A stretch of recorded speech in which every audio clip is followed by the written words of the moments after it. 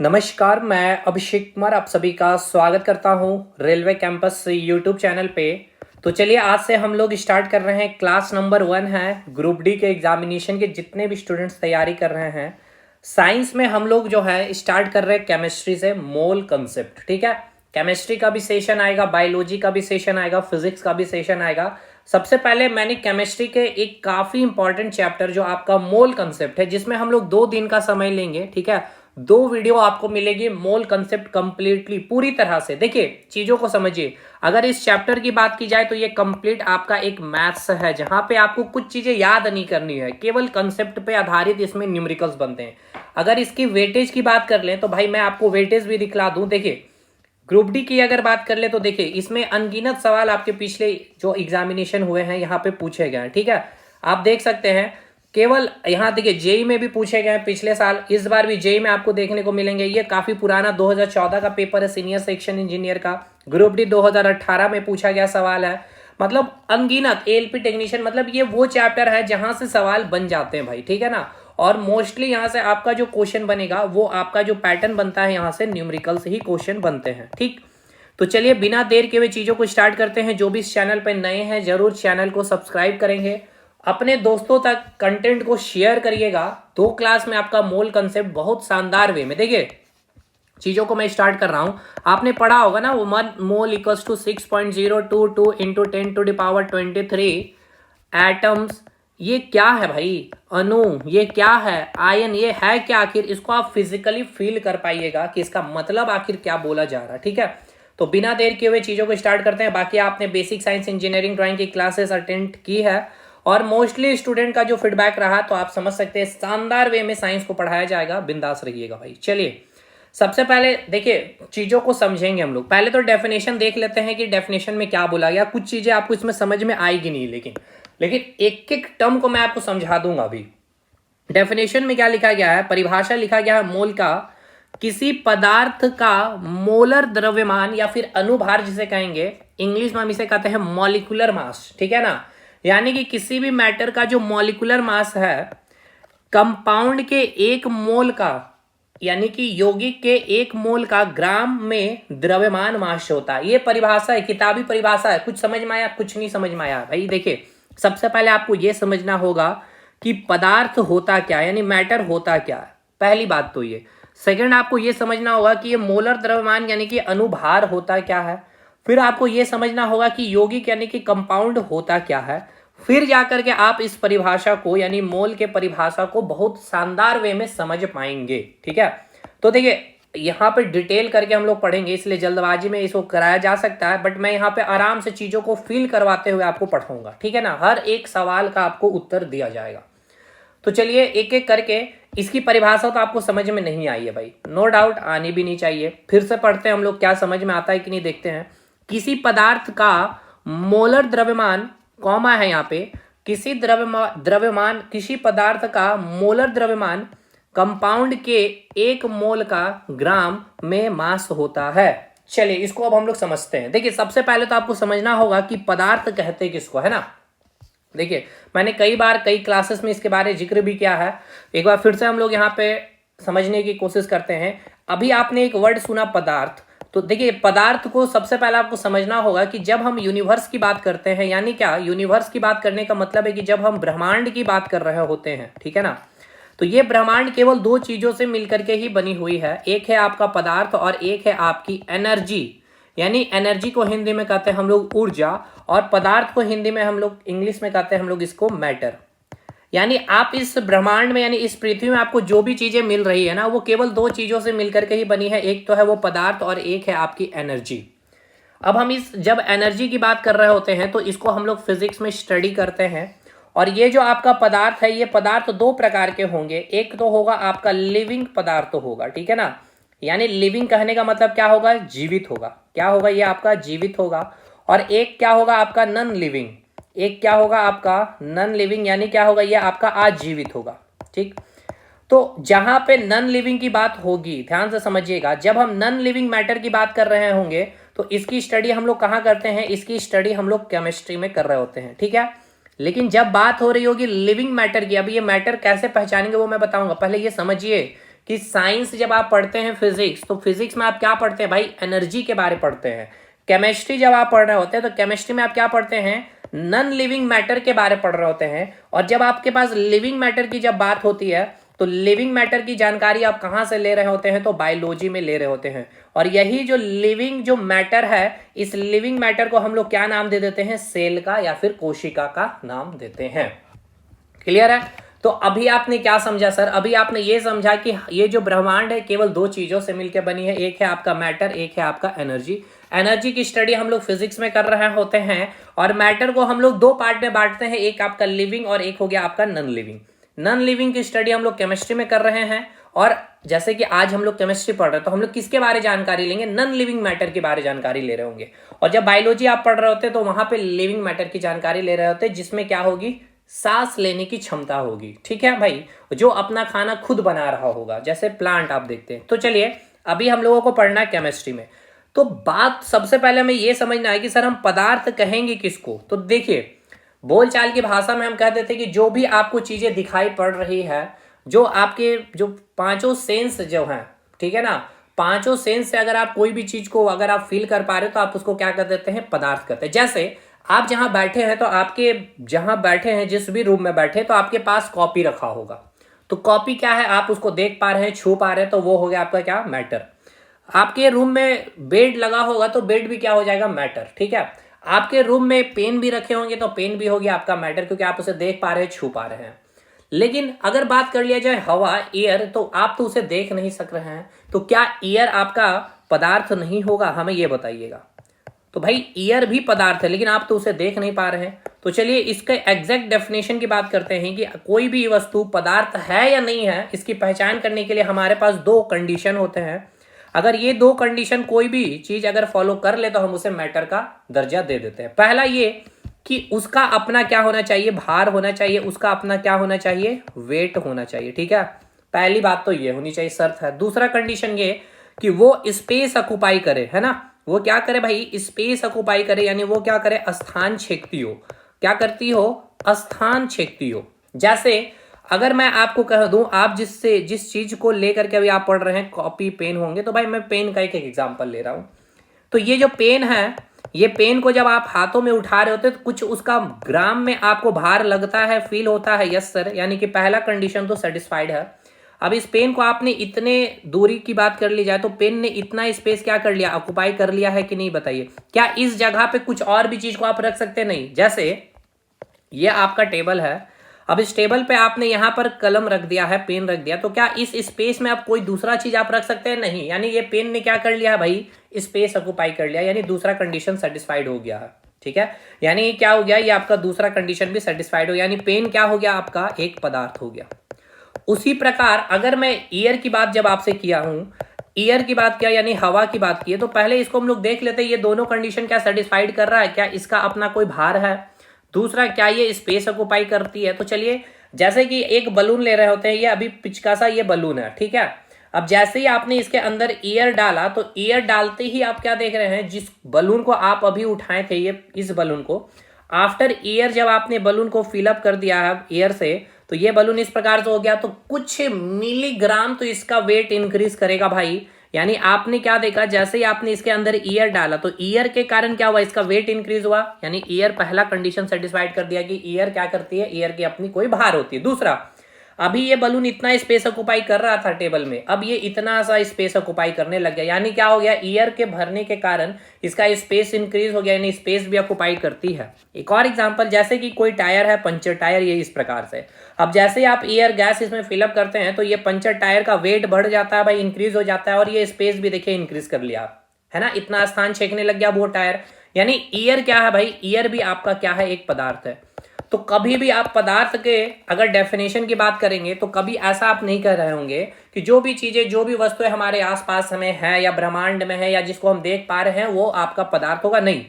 पदार्थ हम उसे ही कहेंगे जिसका अपना क्या होना चाहिए, भार होना चाहिए। दूसरा, जो स्पेस ऑक्युपाई करती है। ठीक है, यहां तक चीजें क्लियर है, ठीक है सर। अब आइए एक बात और, जब बात करेंगे पदार्थ की, तो जो पदार्थ जो होती है ना, वो छोटे छोटे पार्टिकल से मिलकर के बने होते हैं। छोटे छोटे कणों से मिल करके बने होते हैं। किससे मिले होते हैं? छोटे छोटे पार्टिकल से मिल करके बने होते हैं। किससे बने होते हैं? छोटे छोटे पार्टिकल से मिल करके बने होते हैं। इसका मतलब क्या है समझिएगा, फिजिकली समझने की कोशिश करिएगा। पेन को ही हम लोग एग्जाम्पल लेके चलते हैं। ये क्या है? आपका पेन है, ठीक है। अब ये जो आपका पेन है, ये पेन क्या है मेरे भाई? ये पेन क्या है? आपका एक पदार्थ है। क्यों पदार्थ है? क्योंकि इसने दोनों कंडीशन सेटिस्फाइड किया है। कौन सा? दो कंडीशन। एक तो इसका अपना भार है, यानी कि इसका अपना एक वेट है, और ये क्या कर रहा है? स्पेस ऑक्युपाई कर रहा है। क्लियर है? अगर ये पदार्थ है तो मैंने अभी आपको कहा कि जो पदार्थ होता है वो किससे मिल करके बना होता है? छोटे छोटे पार्टिकल से मिल करके बने होते हैं। यानी ये जो आपके पास जो पेन दिख रहा है ये एक पदार्थ है, तो ये छोटे छोटे पार्टिकल से मिल करके एकदम वो साइज में सूक्ष्म होते हैं, माइक्रो साइज इनका होता है ये पार्टिकल्स को, ठीक है ना। अब आप कहेंगे सर हमारे हाथ में तो पेन है, बट ये छोटे छोटे जो आप पार्टिकल्स की बात कर रहे हैं, ये पार्टिकल्स तो हमें दिखाई नहीं दे रहे हैं सर। ये बिल्कुल कंटिन्यूअस हमें वो पेन दिखाई पड़ रहा है जो आपके हाथ में होंगे, और आप अभी पेन को देख भी रहे होंगे, तो ये छोटे छोटे पार्टिकल जो है आपको दिखाई नहीं पड़ रहे हैं। ऐसा इसीलिए क्योंकि ये जो पार्टिकल्स होते हैं, ये पार्टिकल साइज में इतने छोटे होते हैं कि जिसको हमारी और आपकी आंखें इसे देख नहीं सकती। अगर आपको ये पार्टिकल्स को देखना है, ठीक है, ये जो आपका कण है या ये जो आपका पार्टिकल्स है, अगर इस पार्टिकल्स को अगर आपको देखना है तो एक हाई रेजोल्यूशन की आपको क्या करना होगा? माइक्रोस्कोप का यूज करना होगा, ठीक है। अब ये कण यानी कि जो पार्टिकल की जो साइज है ना, आप इसको कंपैरिजन करिए। एक बालू आपके आपके एरिया में होंगे या आपने बालू देखा, तो बालू का एक छोटा सा जो सबसे छोटा सा जो कण है ना, उससे आप कंपैरिजन करिएगा। वो बालू का जो छोटा कण है उससे भी छोटे साइज होती है इस पार्टिकल की, यानी कि इस कण की। या ऐसे इस्तेमाल समझने की कोशिश करिए। आप खाने में आप हलवा खाते हो या सूजी खाते हो, तो उसका जो एक दाना है ना सूजी का हलवा, उससे भी छोटे साइज होता है इस कण का, यानी कि इस पार्टिकल्स का, ठीक है। तो अब ये साइज में इतनी छोटी होती है कि हमारी आंखें इसको देख नहीं पाती है, जिसके कारण ये जो छोटे छोटे पार्टिकल जो मैं आपको इस प्रकार से बना रहा हूं, ये इतने साइज में छोटे होते हैं, तो ये हमें क्या होता है? कंटिन्यूअस दिखाई पड़ता है, और हमें इस प्रकार से पेन दिखाई पड़ता है कंटिन्यूअस। यानी इस प्रकार से हमें जो पेन दिखाई पड़ रहा है ना, इस प्रकार से पूरा कंटिन्यूअस दिखाई पड़ता है, ठीक है। ये छोटे छोटे पार्टिकल्स हमें दिखाई नहीं पड़ रहे होते हैं। इसके पीछे का रीजन समझ में आया? क्यों? क्योंकि इसके साइज इतने छोटे होते हैं। क्लियर? आप समझिएगा, जैसे कि कोई भी न्यू बॉर्न बेबी जन्म लेता है तो उसका एक नामकरण किया जाता है, उसी प्रकार ये जो छोटे से जो पार्टिकल होते हैं उसको हम लोग क्या नाम दे देते हैं? केमिस्ट्री में एटम का नाम दे देते हैं। यानी इसी को हम लोग क्या कहते हैं? परमाणु का नाम दे देते हैं।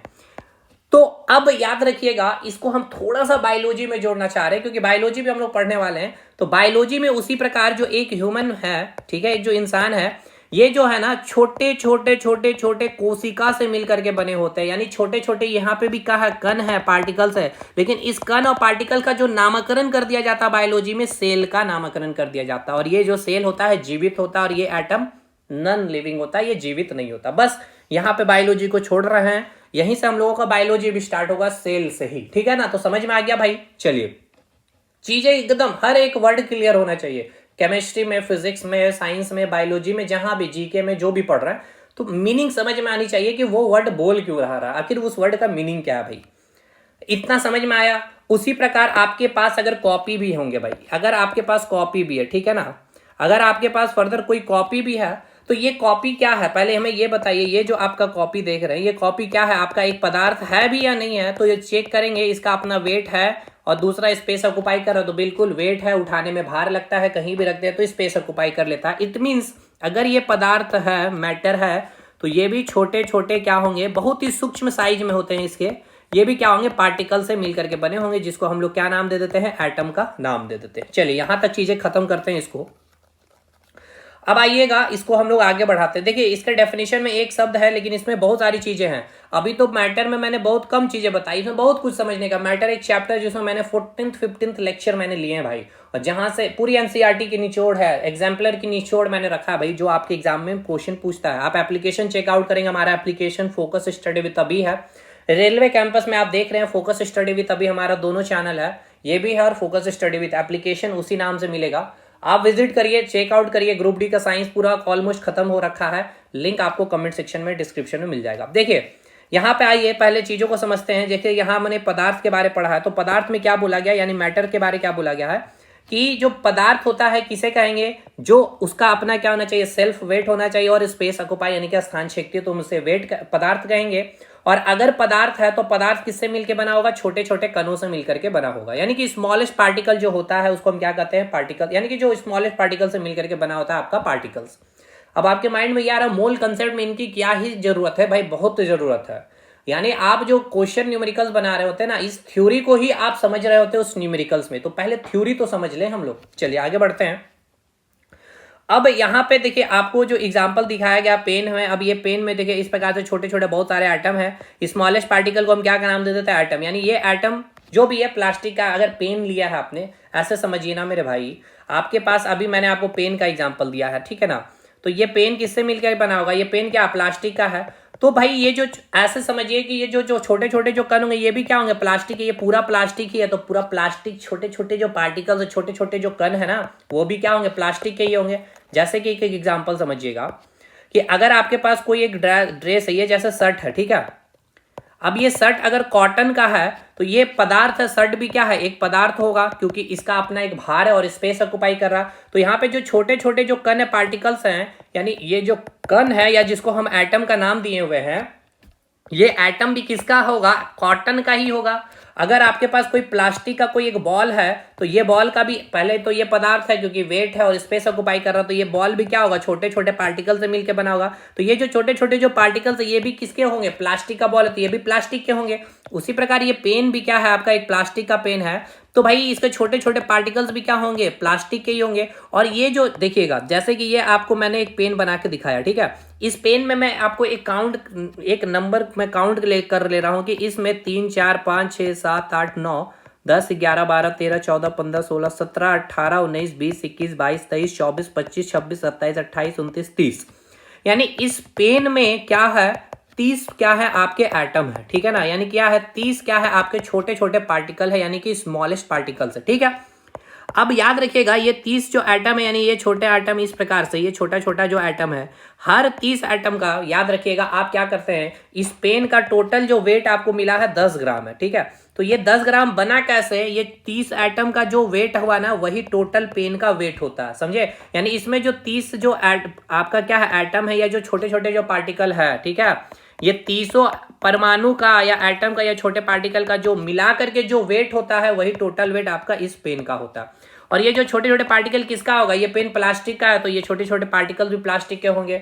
अगर ये आयरन का है तो ये छोटे छोटे पार्टिकल भी क्या होंगे, आयरन का होगा। जैसे शर्ट है तो इसमें छोटे छोटे पार्टिकल्स कॉटन का है, वुलन शर्ट है तो वुलन का मिलेगा वो छोटे छोटे पार्टिकल, मतलब जो मटेरियल है वही मटेरियल के आपके पार्टिकल, उसी मटेरियल से वो कण से ही क्या बना होगा, वो पदार्थ बना होगा, ठीक है। और वो छोटे छोटे पार्टिकल की जो संख्या है, तो आप इस चैप्टर में यही समझेंगे भाई, जैसे पढ़ेंगे आप सोडियम के बारे में, ठीक है ना, या आप पढ़ेंगे कार्बन डाइऑक्साइड क्या है ये आपका, पहले बताइए CO2 क्या है आपका, एक गैस है, तो गैस है तो ये पदार्थ है कि नहीं, हमें ये बताइए। तो बिल्कुल है सर, मैंने बताया कि गैस को जब आप फील करते हैं तो कुछ भार आ जाता है बलून में, उस गैस के कारण आया, यानी गैस का कुछ अपना भार है भाई, स्पेस ऑक्युपाई कर दे रहा है। तो हमें ये बताइए ये जो CO2 गैस है और ये गैस अगर पदार्थ है तो इसमें कितने पार्टिकल्स हैं, ठीक है ना, इसमें कितने कण है, यानी कि कितने एटम है, और अणु के बाद बारे में मैं समझाऊंगा। तो कितने, जैसे मैंने एक पेन में आपको बताया 30 है ना, तो वही संख्या आप कैलकुलेट करना सीख रहे होते हैं इस चैप्टर में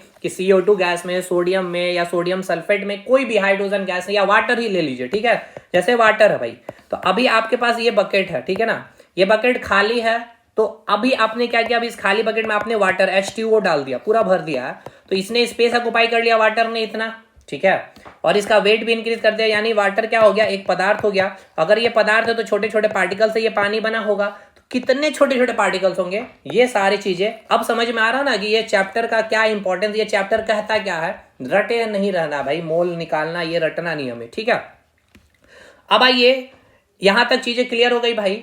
अब 2 वर्ड हमें समझना है, एक हमें बात करेंगे अभी हम लोग अणु यानी मॉलिक्यूल्स की बारे में बात करेंगे, ठीक है ना, ठीक है, यहां तक चीजें हमने क्लियर कर लिया भाई, ठीक है, यहां तक हम लोगों ने चीजों को समझ लिया, ठीक है।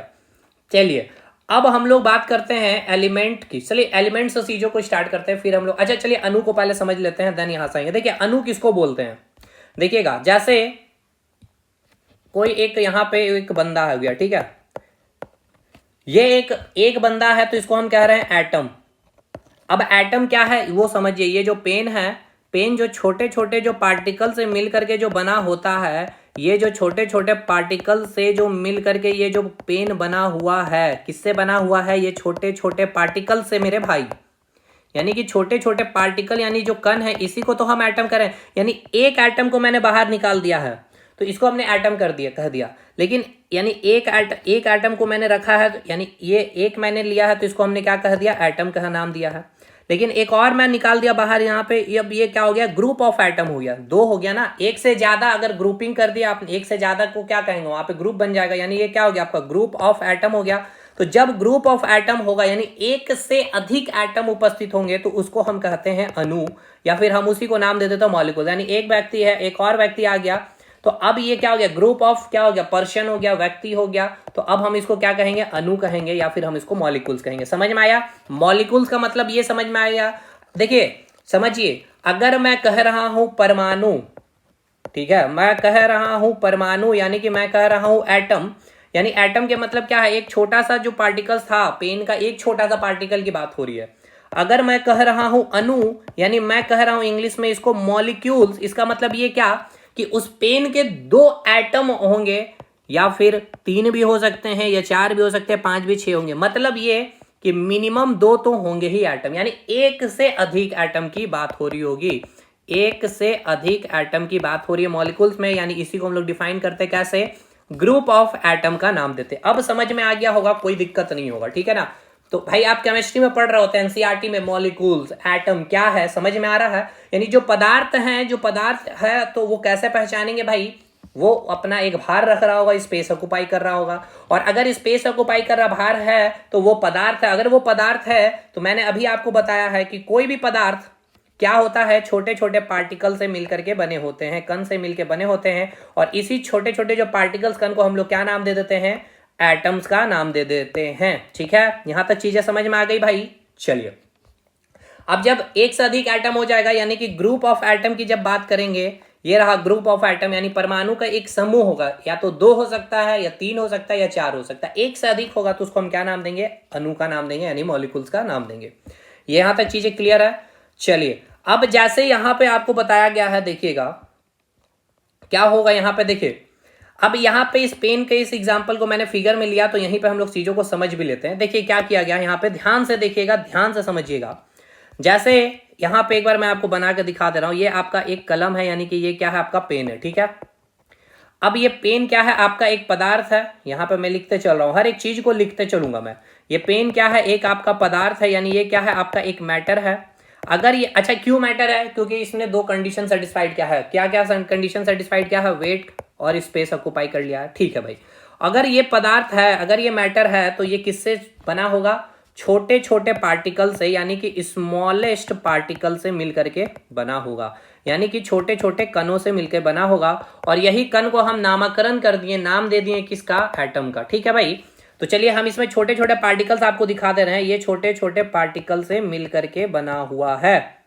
इस प्रकार से छोटे छोटे पार्टिकल्स उपस्थित हैं, इस प्रकार से क्या है, छोटे छोटे पार्टिकल्स आपके उपस्थित हैं, ठीक है। ये क्या हो गया भाई, छोटे छोटे पार्टिकल्स, यानी क्या हो गया आपका एटम, यानी इसी को आप क्या बोलते हैं, एटम्स का नाम दे देते हैं, ठीक है मेरे भाई, यानी कि परमाणु का नाम दे देते हैं। अब ध्यान से देखिएगा, पहला केस में मैं दिखा रहा हूं क्या कर रहा हूं, मैं इस एटम को और इस एटम को बाहर निकाला, ठीक है, ये दोनों को मैंने बाहर निकाला, तो ये क्या बन गया, एक ग्रुप ऑफ एटम बन गया। ये क्या बन गया, दो एटम हो गया ना भाई, एक ग्रुप बन गया ना, ग्रुप ऑफ एटम हो गया ये। तो अगर ये ग्रुप ऑफ एटम हो गया तो इसको हम क्या कहेंगे, अणु कहेंगे, यानी हम इसको क्या कहेंगे, मॉलिक्यूल्स कहेंगे। तो ये कितना मॉलिक्यूल्स है, एक मॉलिक्यूल्स बना, एक ग्रुप बना है, अभी दो एटम का एक ग्रुप बना है ना। उसी प्रकार अब मैं क्या करूंगा, अब इस एटम को बाहर निकाल लिया हूं और एक इस एटम को बाहर निकाल लिया हूं, ठीक। तो अब ये भी क्या बना दिया है भाई, ये भी क्या हो गया, ग्रुप ऑफ एटम हो गया, यानी ये क्या हो गया, ये भी ग्रुप ऑफ एटम हो गया, यानी ये क्या हो गया, अणु हो गया, यानी इसको हम लोग क्या कहेंगे, मॉलिक्यूल्स कहेंगे। लेकिन ये क्या हो गया, दो मॉलिक्यूल्स हो गया, कैसे, ये पहला एक ग्रुप ऑफ एटम है, ये दूसरा ग्रुप ऑफ एटम है, यानी कि टू मॉलिक्यूल्स यहाँ पे हो गए। अब मैंने क्या किया, एक ये एटम को बाहर निकाल के रख दिया यहाँ पे, और एक इस एटम को मैंने बाहर निकाल के यहाँ रख दिया, ठीक है। तो तो ये भी क्या बना दिया, एक ग्रुप ऑफ एटम बन गया है, यानी ये क्या बन गया, ये भी अणु बन गया है, मॉलिक्यूल्स। तो कितने मॉलिक्यूल्स हो गए आपके पास, ये तीसरा बन गया ना मॉलिक्यूल्स, यानी ये 3 मॉलिक्यूल्स हो गए। यानी एक तो आपका ये बनाना, पहले तो आपने एक ग्रुप बनाया 2 एटम का, फिर आपने एक और ग्रुप बना लिया 2 एटम का, तो कितने मॉलिक्यूल्स हो गए, 2 हो गए मॉलिक्यूल्स, हुए ना। चलिए तो यहां पे देखिएगा, यहां पे भी वही चीज आपको बताया गया है। देखिए 2 एटम यहाँ पे दिखाया गया रेड से आपको, 2 एटम्स है, ठीक है। अच्छा, प्लास्टिक का मतलब ये है कि ये पेन किसका है, प्लास्टिक का बना है, मेड अप ऑफ प्लास्टिक। तो छोटे छोटे पार्टिकल्स भी किस मटेरियल के होंगे, प्लास्टिक के ही होंगे ना। अरे भाई सिंपल सी बात है ना, प्लास्टिक का एक कागज का टुकड़ा लीजिए, ठीक है। अब इस कागज को फाड़ते जाइए, फाड़ते जाइए, फाड़ते जाइए, जब तक फाड़िए जब तक आप उसको फाड़ पा रहे हैं कैंची से, जो भी मशीन से फाड़ पा रहे हैं, अंतिम एकदम छोटा सा पार्टिकल मिलेगा। वो किसका बना होगा, वो कागज जिस मटेरियल का बना होगा उसी से होगा। या पेन को तोड़ते जाइए, तोड़ते जाइए, तोड़ते जाइए किसी मशीन से, अगर पेन प्लास्टिक का है तो जो सबसे छोटा सा टुकड़ा भी अगर मटेरियल किसका होगा, वो प्लास्टिक का ही होगा। सिंपल सा अंडरस्टूड है भाई। अगर आपकी बॉडी में आप वुलन शर्ट पहने हैं, उस शर्ट को मैं फाड़ते जाऊंगा, जो सबसे छोटा सा टुकड़ा मिलेगा वो वुलन का ही होगा। कॉटन का है तो कॉटन ही मिलेगा ना। चलिए, तो ये 2 एटम जो हो गया, क्या बनाया है ये यहाँ पे मैंने लिखा है कि कॉम्बिनेशन ऑफ एटम जो है, यानी ये जो 2 एटम क्या हो गया, कॉम्बिनेशन हो गया, एक ग्रुप बन गया, यानी परमाणु के समूह हो गया, यानी उसको हमने क्या कहा, अणु कहा, मॉलिक्यूल्स का। ठीक है भाई। अब देखिए 2 एटम मैंने एक बाहर 2 एटम, जैसे कि यहां से मैंने 2 एटम निकाल लिया बाहर, तो ये क्या हो गया, 1 मॉलिक्यूल्स ऑफ पेन हो गया, यानी कलम का एक अणु है, पेन का एक अणु है, शर्ट का एक अणु हो गया। शर्ट का अगर बात हो रही है अणु या फिर मॉलिक्यूल्स, इसका मतलब वहां पे क्या होंगे, 2 या 2 से ज्यादा होंगे। ठीक है, चलिए 2 मॉलिक्यूल्स ऑफ पेन मतलब क्या हो गया, ये दोनों को मैंने कंबाइन करके बात की है, 2 मॉलिक्यूल्स ऑफ पेन। ठीक है ना, यानी कि कलम के 2 अणु हो गए। ये इसके बाद जाइएगा तो 3 मॉलिक्यूल्स ऑफ पेन, यानी कि ये 3 मॉलिक्यूल्स हो गए ना, यानी कि 2 एटम्स का 3 ग्रुप हो गया है, एक ग्रुप ये, दूसरा ग्रुप ये, तीसरा ग्रुप ये। ठीक, चलिए इसके बाद अगर आप देखेंगे तो 4 मॉलिक्यूल्स ऑफ पेन मतलब क्या है, 4 मॉलिक्यूल्स ऑफ पेन यानी कि कलम की 4 अणु। ठीक है, ये कलम का 4 अणु हो गया, ये कलम का 3 अणु, कलम का ये 2 अणु है। ठीक, तो इसका मतलब ये है 4 अणु का मतलब ये पहला मॉलिक्यूल, दूसरा मॉलिक्यूल, तीसरा, ये चौथा, ये चारों हो गए। यानी कि एक मॉलिक्यूल में 2 एटम है, तो 4 मॉलिक्यूल्स मतलब ऐसे कितने ग्रुप आपने बना दिए होंगे, 4 ग्रुप बना दिए होंगे 2 एटम के। ठीक है, तो ये चारों को कंबाइन करके कह रहे हैं 4 मॉलिक्यूल्स ऑफ पेन। समझ में आया? ठीक है, अब बात करेंगे हम लोग कि अब देखिए एक शब्द अभी इस्तेमाल किया जाएगा, एलिमेंट्स। क्यों अब ये एलिमेंट इसीलिए पढ़ रहे हैं, हालांकि मोल में इसका इस्तेमाल है बिल्कुल इस चैप्टर में। देखिए क्वेश्चन ऐसे रहेगा, आपको लिखा हुआ ऐसे मिलेगा। देखिए क्वेश्चन, ये एग्जाम का पूछा गया क्वेश्चन है, जैसे या तो आपको लिख देगा हाइड्रोजन, या लिख देगा आपको हाइड्रोजन गैस। अब भैया हमें यह बताइए, आप H लिखिएगा या H2 लिखिएगा, लिख देगा ऑक्सीजन या लिख देगा ऑक्सीजन गैस, तो O लिखेगा या O2 लिखेगा, तो ये कैसे पकड़ेंगे। और ये देखिए मैं ऐसे ही नहीं बोल रहा हूं, मैं आपको दिखा भी दे रहा हूं विथ प्रूफ कि ये सवाल आपके आए हुए हैं भी या नहीं आए, देख लीजिएगा भाई। यहां लिखा क्या क्या है, देखिए क्वेश्चन में हाइड्रोजन लिखा है, तो अब इस हाइड्रोजन की जगह आप क्या इस्तेमाल करेंगे, H इस्तेमाल करेंगे या H2 इस्तेमाल करेंगे, कैसे समझेंगे, तो यहां आप अणु को देख करके समझेंगे। अब इसको आप कैसे रिलेट करेंगे ये अभी मैं आपको बताऊंगा, अभी आप केवल अणु समझे हैं। अणु मतलब क्या हो गया, मॉलिक्यूल्स हो गया। मॉलिक्यूल्स मतलब क्या हो गया, ग्रुप ऑफ एटम, यानी 2 एटम तो होंगे भाई वहां पे। ठीक है, तो इसी के थ्रू आप समझ जाइएगा कि यहाँ पे H इस्तेमाल होगा या H2 इस्तेमाल होगा फॉर्मूला में, यानी कि इसका मॉलिक्यूलर मास आपको निकालना होगा ना, तो तभी आप कैसे निकालिएगा, जब तक आपको पता होना चाहिए H का निकालना या H2 का निकालना। चलिए, इसीलिए यहाँ पे हमें एलिमेंट्स के बारे में और फिर यौगिक के बारे में समझाएंगे आपको। चलिए आगे बढ़ते हैं हम लोग। यहाँ पे क्या क्या चीजें दी गई है अभी आगे। चलिए कंपाउंड भी हम लोग देखेंगे। सबसे पहले बात करते हैं एलिमेंट्स का क्या डेफिनेशन लिखा हो गया। अभी मोल के पूरे डेफिनेशन पे अभी हम आए नहीं, अभी मैटर्स में हम लोग पूरी चीज को खंगाल दिए हैं। ठीक है ना, अब मतलब हम लोग मोल डेफिनेशन में हम लोग रेडी हो रहे हैं, बस इतना चलिए समझते चलिए। देखिए एलिमेंट्स का मतलब क्या है, सिमिलर टाइप्स ऑफ एटम और सिमिलर टाइप्स ऑफ मॉलिक्यूल्स। ठीक है, क्या है ये भाई समझिएगा। यहाँ सारे एटम परमाणु सिमिलर हैं, जैसे समझिएगा क्या है, जैसे इसको समझिएगा। समझते हैं कि एलिमेंट किसको कहते हैं। ठीक है ना, ध्यान से समझिएगा, वही एग्जांपल लेकर के चलेंगे। आपका ये आपके पास क्या है, पेन है। ठीक है, ये पेन है। ये अगर पेन है तो आपको पता है पेन क्या है, आपका एक मैटर है, यानी क्या है, आपका एक पदार्थ है। तो ये छोटे छोटे पार्टिकल से मिलकर के बना है। लेकिन एक बात यहाँ मेंशन मैं पहले कर रहा हूं कि ये जो पेन है आपकी प्लास्टिक की पेन है। ठीक है, क्या है, प्लास्टिक की पेन है, यानी कि इसमें जो मटेरियल यूज किया गया प्लास्टिक का मटेरियल यूज किया गया है।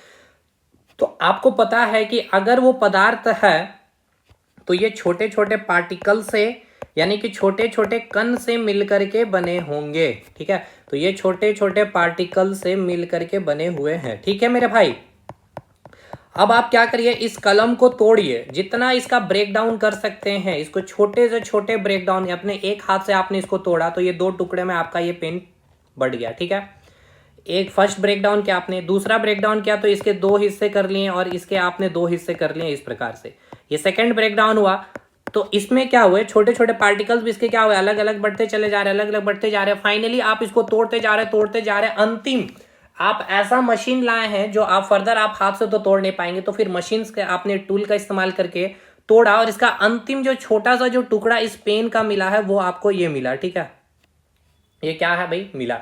तो ये बताइए, ये जो सबसे छोटा सा जो टुकड़ा इसको आप कण कह रहे हैं, यानी आप इसी को क्या कह रहे हैं, एटम कर रहे हैं। तो आप हमें ये बताइए, ये एटम का जो मटेरियल होगा वो क्या होगा, प्लास्टिक ही होगा। ठीक है, वो क्या होगा, प्लास्टिक ही होगा। ठीक, अब जो दूसरा जो कण है इसके ही पास, वो भी हमें ये बताइए, ये इसका जो मटेरियल क्या चेंज हो जाएगा, यानी यहाँ पे जैसे ये कण का अगर लीजिएगा तो ये भी प्लास्टिक का है, तो ये भी क्या मिलेगा आपको, प्लास्टिक का ही मिलेगा। ये भी आपको प्लास्टिक का मिलेगा। मतलब ये जो पेन आप देख रहे हैं, इस पेन में जितने भी आपके एटम्स हैं, ध्यान से सुनिएगा, इस पेन में जितने भी आपके पास एटम्स है वो सारे के सारे एटम्स किसके मिलेंगे, प्लास्टिक के ही मिलेंगे। ठीक है, तो उसी को हम क्या कहते हैं, एलिमेंट कहते हैं। उसी को मतलब सर ये कि वो पदार्थ जिसमें similar types of atoms present होंगे, यानी कि एक ही प्रकार के एटम्स प्रेजेंट होंगे। जैसे कि ये आपका प्लास्टिक का है तो सारे के सारे जो एटम्स हैं, जो कण है, वो किसके मिलेंगे, प्लास्टिक के ही मिलेंगे। जैसे अब मैं आपको एक एग्जांपल ले रहा हूं, आपको ये एग्जांपल ले रहा हूं सोडियम की। ठीक है मेरे भाई, ये है सोडियम। तो सोडियम क्या एक पदार्थ है, क्योंकि उसका अपना एक भार है और स्पेस ऑक्युपाई करता है। तो मैं इसका एक फिगर बना दिया हूं कि ये आपका सोडियम है। तो सोडियम क्या है, ये आपका एक पदार्थ है। तो अब इसके भी क्या होंगे, छोटे छोटे क्या होंगे, इस प्रकार से कि बहुत सारे पार्टिकल्स होंगे, यानी क्या होंगे, बहुत सारे कण उपस्थित होंगे। इस प्रकार से छोटे छोटे पार्टिकल्स उपस्थित होंगे। तो ये जो छोटे छोटे पार्टिकल्स उपस्थित हैं, आप इसका फर्दर ब्रेक डाउन करते जाएंगे, तोड़ते जाएंगे, तो सबसे छोटा सा जो कण मिलेगा वो एटम होगा, कहलाएगा। तो वो उसमें क्या कौन सा मटेरियल इसमें उपस्थित होगा, सोडियम ही उपस्थित होगा। ये दूसरा एटम भी लेंगे तो उसमें भी सोडियम है, इसमें भी सोडियम। यानी ये जो आपका जो सोडियम है एक ऐसा मैटर है, एक ऐसा पदार्थ है जो सिमिलर टाइप्स ऑफ एटम से मिलकर के बना है। यानी ये जो आप सोडियम कह रहे हैं, ये जो आप सोडियम का जो ये बड़ा सा आपने फिगर दिखाया है, इसमें जो भी एटम्स उपस्थित हैं ये सारे के सारे एटम किसके होंगे, सोडियम के ही होंगे।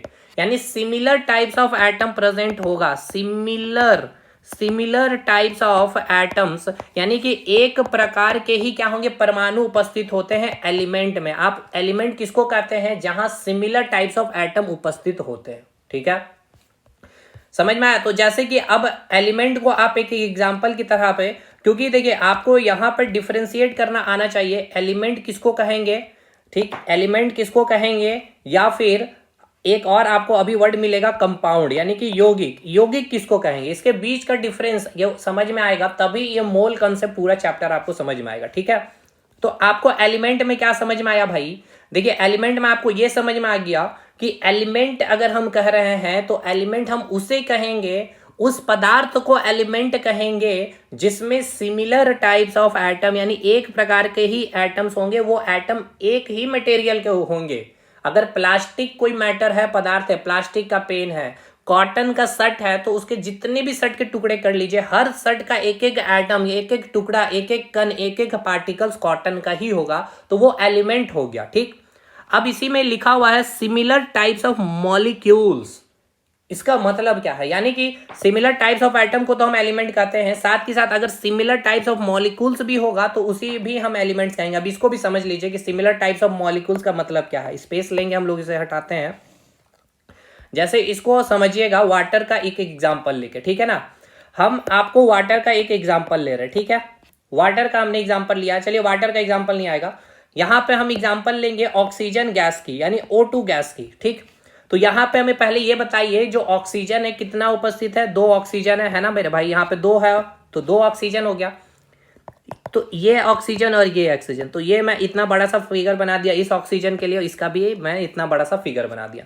अब ये भी क्या है, पदार्थ है भाई, ऑक्सीजन गैस है ना, तो गैस है तो पदार्थ है क्योंकि उसका अपना भार है, स्पेस ऑक्युपाई करे, तो ये भी क्या होंगे इस प्रकार से छोटे छोटे इसमें क्या होंगे पार्टिकल उपस्थित होंगे, ऐसे छोटे छोटे पार्टिकल से मिल करके बना हुआ होगा ये आपका ऑक्सीजन। ठीक, तो हमें ये बताइए, आप इसका कोई भी पार्टिकल्स उठाइए इस ऑक्सीजन का, यहां मैं लिख रहा हूं ऑक्सीजन, ये भी हो गया आपका ऑक्सीजन, तो इस ऑक्सीजन का आप कोई भी पार्टिकल उठाइए, ये पार्टिकल कोई भी पार्टिकल अगर आप उठा रहे हैं तो वो किसका मिल रहा है, किसका बना हुआ है, किसका कौन सा मटेरियल उपस्थित है, तो ऑक्सीजन ही उपस्थित है। ठीक है, उसी प्रकार आप इस ऑक्सीजन का कोई भी एटम, कोई भी पार्टिकल्स को उठा लीजिए, इस पार्टिकल्स को चाहे इस पार्टिकल्स को, तो इसमें भी क्या मिलेगा, ऑक्सीजन ही मिलेगा। तो मैं इसका एक एटम को बाहर निकाला है इस प्रकार से, और इसका एक एटम को मैंने बाहर निकाल लिया। ठीक है, तो ये जो एटम है और ये जो एटम है, ये दोनों एटम में जो उपस्थित मटेरियल है वो क्या होगा, वो ऑक्सीजन का ही होगा, है ना,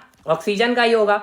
लेकिन यहां पे क्या बन गया है, ग्रुप ऑफ एटम हो गया है। ध्यान से समझिएगा, इस एक ऑक्सीजन का एटम मैंने लिया है और इस एक ऑक्सीजन का मैंने एटम लिया है, तो यहां क्या बन गया, ग्रुप ऑफ एटम हो गया, यानी ये क्या हो गया, आपका एक अणु बन गया है। लेकिन ध्यान रखिएगा, जो अणु बना है, जो दो एटम है, ये दोनों एटम किसका है, ऑक्सीजन का ही है, इसलिए ये अणु को हम क्या बोलते हैं, सिमिलर टाइप्स ऑफ अणु। जैसे कि एक और ऑक्सीजन हमने ले लिया है और इसका मैंने एक और ऑक्सीजन ले लिया, तो ये जो ऑक्सीजन ये भी क्या बन गया, एक अणु बन गया है। लेकिन ये जो अणु बन रहा है यहाँ पे भी, ये जो ऑक्सीजन, ये भी ऑक्सीजन का ही एटम है, तो सिमिलर टाइप्स ऑफ अणु। तो एलिमेंट के दो डेफिनेशन को आपको याद रखना है। दो डेफिनेशन ये कि अगर सिमिलर टाइप्स ऑफ एटम है तो भी हम उसको एलिमेंट कहेंगे, सिमिलर टाइप्स ऑफ मॉलिक्यूल है तो उसको भी हम क्या कहेंगे, एलिमेंट ही कहेंगे। ठीक है, जैसे अब एक एग्जांपल लिया आपने हाइड्रोजन गैस की, ठीक है, तो यहां पे क्या होगा, एक हाइड्रोजन हो गया भाई, इसका एक एटम लिया आपने, इसका एक एटम लिया, तो अब ये क्या बन गया, ग्रुप ऑफ एटम बन गया ना, तो इसको आप क्या नाम देंगे, अणु देंगे। लेकिन ये भी एटम में क्या उपस्थित होगा, हाइड्रोजन ही, और इस एटम में भी क्या उपस्थित होगा, हाइड्रोजन, यानी कि सिमिलर टाइप्स ऑफ अणु है। यानी कि सिमिलर टाइप्स ऑफ अणु अगर आप देख रहे हैं तो इसमें भी क्या अणु उपस्थित है, एटम ही उपस्थित है ना, और ये एटम भी क्या अलग अलग नहीं है, अणु भी, एटम भी क्या है, सेम है। और मैंने अभी कहा एलिमेंट में कि सिमिलर टाइप्स ऑफ एटम जहां भी होगा, तो सिमिलर टाइप्स ऑफ मॉलिक्यूल्स मतलब क्या, कि मॉलिक्यूल्स मतलब कि दो एटम होंगे या तीन एटम भी होंगे, तो तीनों के तीनों हाइड्रोजन के ही होंगे, या तीनों के तीनों ऑक्सीजन के होंगे, या तीनों तीनों नाइट्रोजन, जैसे कि नाइट्रोजन गैस ले रहे हैं, तो दो नाइट्रोजन हो गया। अब इसका एक एटम हमने लिया, इसका हमने एक एटम लिया, ग्रुप ऑफ एटम बन गया, लेकिन ये भी तो नाइट्रोजन का ही है, ये भी नाइट्रोजन का ही है, तो ये सिमिलर टाइप्स ऑफ मॉलिक्यूल्स है, इसलिए इसको भी हम एलिमेंट्स का नाम देंगे। यानी N2 भी क्या होगा, एलिमेंट है। मतलब समझिए, क्वेश्चन ऐसे आएगा अगर मैं पूछ रहा हूं आपसे, ये नाइट्रोजन और N2 और वाटर, इसमें कौन आपका एलिमेंट है, ठीक है, कौन इसमें आपका एलिमेंट है, तो देखिए नाइट्रोजन है, तो नाइट्रोजन को आप इस प्रकार से छोटे छोटे पार्टिकल्स दिखा के समझ गए कि इसका कोई भी पार्टिकल उठाएंगे तो उसमें नाइट्रोजन, यानी कि सिमिलर टाइप्स ऑफ एटम है, यानी नाइट्रोजन तो भाई एलिमेंट हो गया। N2 में भी दो नाइट्रोजन बनाइए, दो नाइट्रोजन को इस प्रकार से बनाएंगे तो इसमें क्या है, इस प्रकार से छोटे छोटे बहुत सारे पार्टिकल्स होंगे, इसमें भी बहुत सारे छोटे छोटे पार्टिकल्स होंगे। कोई भी पार्टिकल्स उठाइएगा, कोई नाइट्रोजन रहेगा, कोई भी पार्टिकल उठाइए, तो इसका एक पार्टिकल हमने उठा लिया, इसका हमने एक पार्टिकल उठा लिया, अब दो एटम आ गए भाई, तो यानी यहाँ क्या हो गया, ग्रुप ऑफ एटम हो गया, यानी अणु। लेकिन ये जो अणु बना है ग्रुप ऑफ एटम से, तो इस एटम में भी नाइट्रोजन है, इस एटम में भी नहीं, यानी कि सिमिलर टाइप्स ऑफ एटम उपस्थित है। यानी जब अणु बन रहा है, उस अणु में जो एटम उपस्थित होंगे वो एटम क्या होंगे, सिमिलर टाइप्स ऑफ एटम होंगे। यानी जो अणु का फॉर्मेशन हुआ है मेरे भाई, यानी कि जो अणु बना है, दो एटम से अणु बन रहा है, तो ये जो अणु का फॉर्मेशन हुआ, यानी जो मॉलिक्यूल्स का जो फॉर्मेशन हुआ, सिमिलर टाइप्स ऑफ एटम से बना है। जैसे अब समझिएगा, एक फिगर मैं आपको बना रहा हूं, ये हो गया आपका, ठीक है, ये मैंने आपको कलर दे दिया हूं ग्रीन कलर, ठीक है, ये हो गया आपका ग्रीन कलर, ये हो गया आपका ग्रीन कलर। तो यह आपका क्या हो गया, ग्रुप ऑफ एटम हो गया। कितने ग्रुप ऑफ एटम, यानी एक एटम है, दूसरा एटम, ये तीसरा है, यानी कि तीन ग्रुप का ये बन गया, तीन एटम का क्या बन गया, ग्रुप बन गया है। ध्यान से समझिएगा, तीन एटम का क्या बन गया है, तीन एटम का यानी तीन परमाणु का क्या बन गया है, ग्रुप बन गया है। अगर ग्रुप बन गया तो इसी को आप क्या कहेंगे, अणु कहेंगे, या इसी को आप क्या कहेंगे, मॉलिक्यूल्स कहते हैं। तो अब ये जो मॉलिक्यूल्स का फॉर्मेशन हुआ है एटम्स के ग्रुप में, तो ये सारे के सारे जो भी एटम्स आप देख रहे हैं, जितने भी ग्रुप इस ग्रुप में एटम उपस्थित है, सभी के सभी सिमिलर टाइप्स है, ग्रीन कलर से ही है, ठीक है। लेकिन अब देखिएगा, एक एटम ये हो गया, एक एटम ये हो गया, एक एटम ये हो गया, ठीक है। तो इस केस में क्या आप देख रहे हैं कि एक जो आपके पास एटम है मेरे भाई, ये जो आपके पास एटम है, एक ग्रीन कलर का मैंने दिखाया है, एक मैंने ग्रीन रेड कलर का ले लिया है एटम, और एक मैंने ले लिया है ये ब्लू कलर का एटम, ठीक है। अब देखिए समझिएगा ध्यान से इसको, ठीक है ना, ध्यान से समझना। अब आपको यहाँ पे क्या है, 3 एटम हो गए, एक एटम, दूसरा एटम और ये हो गया आपका तीसरा एटम, ठीक है। लेकिन ध्यान यहाँ ये देना है कि यहाँ पे कितना एटम है, पहले ये बताइए। 3 एटम है, ठीक है। लेकिन ये तीनों के तीनों एटम कैसे हैं, तो डिफरेंट एटम है, एक लाल है, एक ग्रीन है और एक ब्लू है, ठीक। तो अब यह बना है 3 एटम का, ये क्या बन गया, एक ग्रुप बन गया है। लेकिन इस ग्रुप में क्या है, डिफरेंट एटम है, यानी कि डिफरेंट टाइप्स ऑफ एटम है, डिफरेंट टाइप्स ऑफ एटम उपस्थित है। तो देखिए ग्रुप तो बन गया, तो इसको तो हम मॉलिक्यूल्स कहेंगे, क्योंकि अणु का मतलब ये क्या है, ग्रुप ऑफ एटम, चाहे 2 हो, चाहे 3 हो, चाहे 4 हो। लेकिन इस अणु में जो एटम उपस्थित है वो एटम अलग अलग है, तो अब आप इसको एलिमेंट नहीं कह सकते हैं, इसको अब आप क्या कहेंगे, यौगिक कहेंगे, यानी आप इसको क्या कहेंगे, कंपाउंड कहेंगे। समझ में आया डिफरेंस। अब इसका मैं आपको एग्जांपल एक दे रहा हूं, जैसे कि एग्जांपल में ले रहा हूं वाटर का, H2O, ठीक है। तो H2 में 2 हाइड्रोजन हो गया, एक ऑक्सीजन हो गया, ठीक है। तो इस हाइड्रोजन का मैं एक एटम ले लिया हूं, चलिए इस हाइड्रोजन का एक एटम ले लिया मैंने, और इस हाइड्रोजन का मैंने एक और एटम। तो भाई हाइड्रोजन ही है तो हाइड्रोजन का कलर वही रहेगा, ठीक है। अब यहां पे मैं एक ऑक्सीजन का ले लिया हूं एटम, रेड कलर का, ठीक। अब इसको मैं ग्रीन कलर से दिखा रहा हूं, ये हाइड्रोजन का एटम हो गया, जो सबसे छोटा सा पार्टिकल जो मैंने निकाला है ये एक हाइड्रोजन का एटम है, और ये आपका ऑक्सीजन का, यहां मैं लिख दे रहा हूं, ये हो गया ऑक्सीजन, और ये आपका तो दिख ही रहा भाई, ये आपका हाइड्रोजन हो गया, ठीक है। ये हो गया आपका हाइड्रोजन। तो 2 हाइड्रोजन है, देखिए 2 हाइड्रोजन है, एक ऑक्सीजन, यहां मैंने एक ऑक्सीजन लिया। तो 2 हाइड्रोजन है, तो 2 हाइड्रोजन को, जैसे कि एक हाइड्रोजन, ये 2 हाइड्रोजन में छोटे छोटे पार्टिकल, छोटे छोटे, इसका एक पार्टिकल एटम निकाला, इसका एक एटम निकाला। तो यहाँ पे कितने एटम है, 2 हाइड्रोजन एटम है, ठीक है, समझिएगा 2 हाइड्रोजन एटम है, यहाँ एक ऑक्सीजन का एटम है, ठीक है। तो भाई यहाँ पे क्या बन गया है, देखिएगा ध्यान से, 1 2 और एक हो गया आपका 3, ठीक है। 3 एटम हो गया, एक ग्रीन कलर रेड हो गया और 2 आपका ग्रीन कलर से यहाँ दिखा दिया गया। यानी यहाँ पे कितने एटम हो गए, 3 एटम हो गए। कितने एटम हुए, 3 एटम हुए। 3 एटम में 2 हाइड्रोजन का एटम तो सिमिलर है भाई, ठीक है ना। ये जो 1 2 वो जो एटम है किसका है, हाइड्रोजन का है, तो ये तो सिमिलर एटम हो गया। लेकिन जो तीसरा जो एटम आया है ये डिफरेंट एटम आ गया है ना। तो ये जो 3 एटम का जो ग्रुप बना है, ठीक है, यानी ये जो अणु बना है, यानी ये जो मॉलिक्यूल्स बना है, इसमें जो एटम है क्या सिमिलर टाइप्स ऑफ एटम है, नहीं है। देखिए एक तो हाइड्रोजन के 2 हैं और एक ऑक्सीजन का, यानी कि डिफरेंट एटम का ये ग्रुप बना है, यानी कि डिफरेंट मॉलिक्यूल्स, इसमें डिफरेंट एटम्स इसमें उपस्थित है इस मॉलिक्यूल्स में।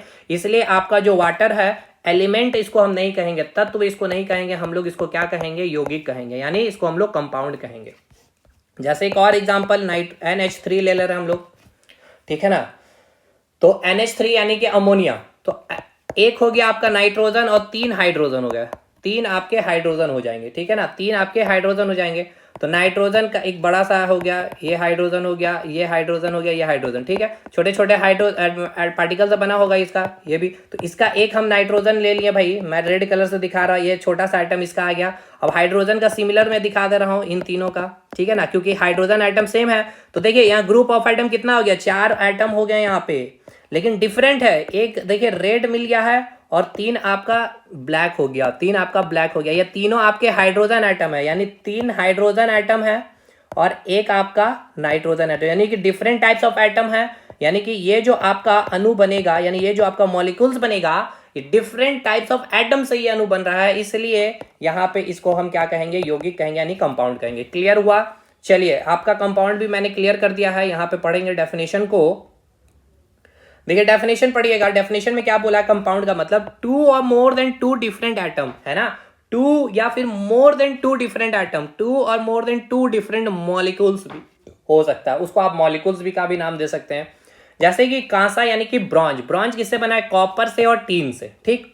तो इसमें देखिए एक तो कॉपर का एटम आ गया, एक टीन, तो 2 डिफरेंट एटम्स आ गए ना। जैसे कि देखिए ये आपको कॉपर का दिखाया गया ब्लू कलर से और टीन का दिखाया गया रेड कलर से, तो इसका एक एटम बाहर निकाला है अपने ब्लू कलर से और एक आपने रेड, तो 2 डिफरेंट एटम्स आ गए। देखिए 2 डिफरेंट एटम आ गए, देखिए इसको मैंने कंबाइन कर दिया, तो ये क्या बना, अणु बन गया, मॉलिक्यूल्स बन गया, क्योंकि 2 ग्रुप बन गया, यानी ग्रुप ऑफ एटम्स को हम मॉलिक्यूल्स बनते हैं। लेकिन ये जो मॉलिक्यूल्स बना है भाई डिफरेंट टाइप से बना है, एक कॉपर का एक टीन का, तो देखिए कंबाइन 2 डिफरेंट एटम, तो इसको डिफरेंट टाइप्स ऑफ मॉलिक्यूल्स भी कहेंगे।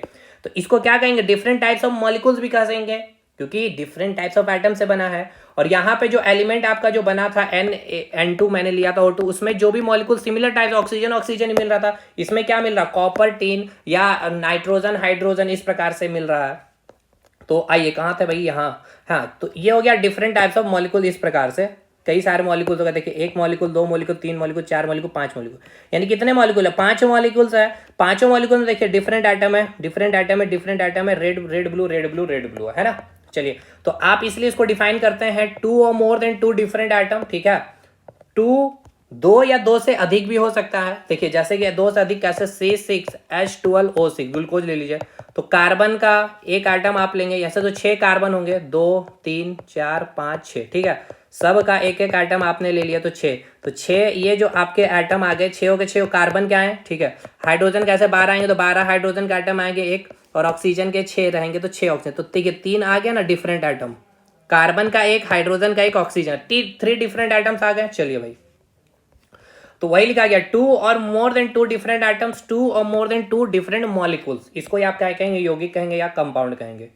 चलिए, कंपाउंड का सूक्ष्मतम कण क्या होगा, इसको हम कहेंगे कंपाउंड का जो, अच्छा अब याद रखिएगा, देखिए समझिएगा, अभी आपने जैसे कि एक एग्जांपल आपने लिया नाइट्रोजन या फिर N2, ये दोनों आपने इसको क्या कहा, आपने इसको एलिमेंट कहा, क्या कहा, एलिमेंट कहा, यानी कि इसको आपने क्या कहा, तत्व कहा ना जी, क्या कहा आपने, तत्व कहा। क्यों कहा, क्योंकि नाइट्रोजन का जो आप फर्दर आप कितना भी ब्रेक डाउन करिएगा, आज के जितने भी पार्टिकल्स रहेंगे सारे के सारे किसके रहेंगे, नाइट्रोजन के रहेंगे। सिमिलर टाइप्स ऑफ आइटम, इसमें भी 2 नाइट्रोजन आप जब लेंगे तो यहाँ पे क्या होंगे भाई, तो यहाँ पे क्या होंगे, जो भी आइटम इसका आप इसको फर्दर ब्रेक डाउन करेंगे तो जितना भी आइटम होंगे सारे के सारे आइटम, इसका भी जितना भी आइटम्स होंगे सारे के सारे आइटम किससे मिलेंगे, नाइट्रोजन से, यानी कि यहाँ पे क्या हो जाएंगे, ग्रुप ऑफ आइटम। तो लेकिन ये देखिए इसमें क्या मिल रहा है, एटम मिल रहा, समझिएगा, नाइट्रोजन है तो इसका एक आप निकालिए, अरे भाई एक नाइट्रोजन है तो इसका सबसे लास्ट टुकड़ा जो निकलेगा एक निकलेगा, ठीक है। अब यहाँ N2 में 2 नाइट्रोजन है तो इसमें 2 टुकड़ा, एक नाइट्रोजन का लास्ट टुकड़ा ये मैंने निकाला और इसका एक मिला, तो यहाँ ग्रुप ऑफ आइटम बन गया, यानी कि इसमें क्या मिला आपको, अणु मिला, है ना। लेकिन ये जो अणु है सिमिलर टाइप सर, तो एलिमेंट इसलिए हम इसको कह दिए। लेकिन यही केस मैंने आपको एक एग्जांपल लेके समझदार, जैसे H2O लेंगे तो यहाँ पे हाइड्रोजन 2 है और ऑक्सीजन है, तो हाइड्रोजन का 2 सिमिलर है, लेकिन ऑक्सीजन को जो आएगा अलग आ जाएगा, तो ये क्या हो जाएगा, 2 हाइड्रोजन एटम तो है और एक ऑक्सीजन, यानी कि डिफरेंट एटम है, इसलिए इसको हम क्या कहेंगे, यौगिक कहेंगे, ठीक है। तो अब देखिएगा जैसे कि इसका 2 हाइड्रोजन का एटम मैंने ले लिया है और इस ऑक्सीजन का एक मैंने लिया, इसको कंबाइन कर दिया है, तो इसको मैं एक येलो कलर से दिखा दे रहा हूं और ये आपका ग्रीन कलर से, ठीक है। तो अब ये देखिए ये क्या है आपके, ये 2 हाइड्रोजन एटम है और ये एक ऑक्सीजन एटम है, यानी ये क्या हो गया भाई। अब इसको अगर मैं बना कर दिखाऊं आपको इस प्रकार से, ठीक है, मैं कलर ले ले रहा हूं, ये येलो हो गया ऑक्सीजन का और ये ग्रीन हो गया आपका हाइड्रोजन का। तो इसको अगर हम कहेंगे तो क्या बोलेंगे, अणु कहेंगे, मॉलिक्यूल्स ही कहेंगे, लेकिन डिफरेंट टाइप्स ऑफ मॉलिक्यूल्स होंगे। तो याद रखिएगा, तो ये आपका क्या हो गया, यौगिक हो गया। तो यौगिक का जो सबसे सूक्ष्मतम कण है, यानी कि सबसे, जैसे ईंट को तोड़ते तोड़ते जो सबसे छोटा सा जो कण मिलेगा, तो इस यौगिक को भी जो आप सबसे छोटे से कण में जो तोड़ेंगे तो आपको जो मिलेगा ये आपको लास्ट मिलेगा। एक तो हाइड्रोजन का रहेगा, 2 हाइड्रोजन का रहेगा और एक ऑक्सीजन है तो एक ऑक्सीजन का रहेगा, तो उसको हम क्या कहते हैं, यानी यौगिक का जो सबसे सूक्ष्मतम कण होता है उसको हम क्या कहते हैं, अणु कहते हैं, ठीक है। और रही बात अगर एलिमेंट की, तो जैसे एलिमेंट में ये क्या है आपका, आप इसका जो सबसे सूक्ष्मतम कण है, देखिए ये एक है, एक एटम आ रहा है तो इसका उसको क्या कहते हैं, एटम कहते हैं, ठीक है।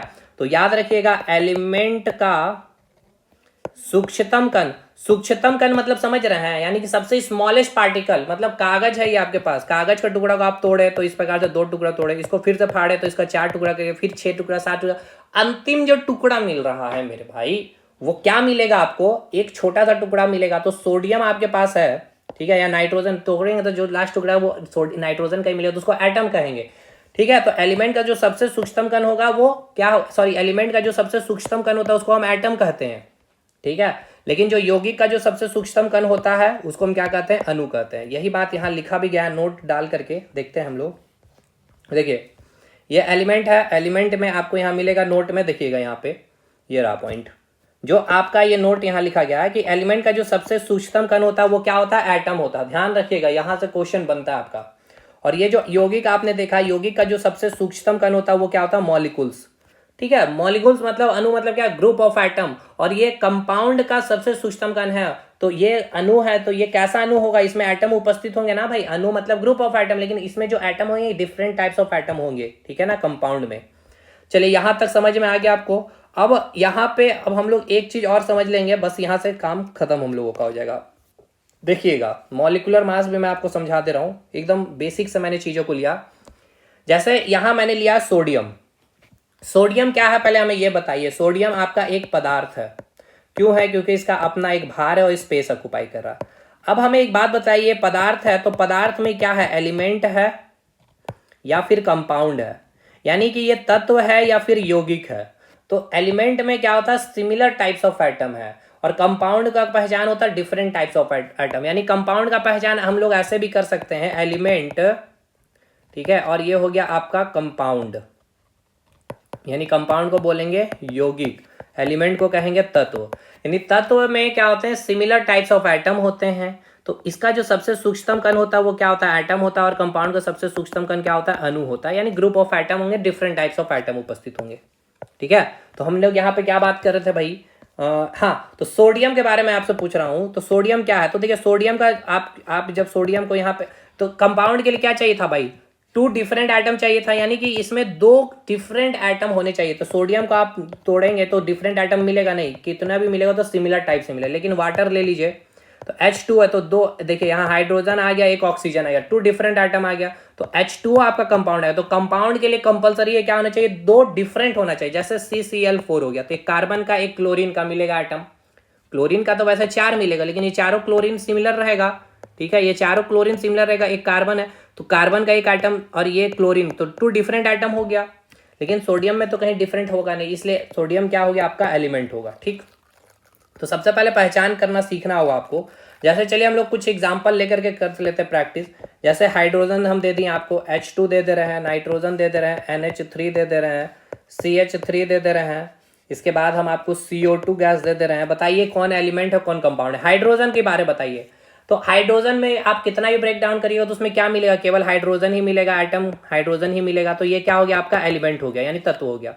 H2 2 है, ठीक है, इसमें तो एक एटम है, अणु तो बनेगा, लेकिन इसमें अणु में क्या होंगे, सिमिलर टाइप्स ऑफ एटम होगा, हाइड्रोजन हाइड्रोजन, यानी ये भी क्या हो गया, आपका एलिमेंट हो गया। नाइट्रोजन को कितना ही ब्रेक डाउन करेंगे तो सिमिलर टाइप्स ऑफ नाइट्रोजन ही रहेगा, यानी ये भी आपका एलिमेंट हो गया। NH3 में एक नाइट्रोजन का एटम मिलेगा और एक हाइड्रोजन का 3 ऐसे एटम रहेंगे। तो ये तीनों तो सिमिलर है लेकिन एक डिफरेंट मिल गया, यानी ये क्या हो गया, अब आपका कंपाउंड हो गया, यानी ये यौगिक हो गया। CH3 में आपका एक कार्बन का एटम मिलेगा और 3 हाइड्रोजन का रहेगा। तो देखिए डिफरेंट आइटम हो गया, एक कार्बन और एक हाइड्रोजन का, यानी ये क्या हो गया, आपका यौगिक हो गया, यानी ये भी कंपाउंड हो गया। कार्बन डाइऑक्साइड में एक कार्बन हो गया एटम और 2 हो गया ऑक्सीजन का एटम, ठीक है। तो ऑक्सीजन एक और एक कार्बन, तो डिफरेंट टाइप्स हो गया, यानी ये भी क्या हो गया, आपका यौगिक यानी कि कंपाउंड। चलिए अब आप समझ गए होंगे, मैंने यहाँ पे प्रैक्टिस भी करवा दिया भाई। चलिए आगे बढ़ते हैं, मोल कंसेप्ट के हम लोग कुछ क्वेश्चन भी करके आज जाएंगे।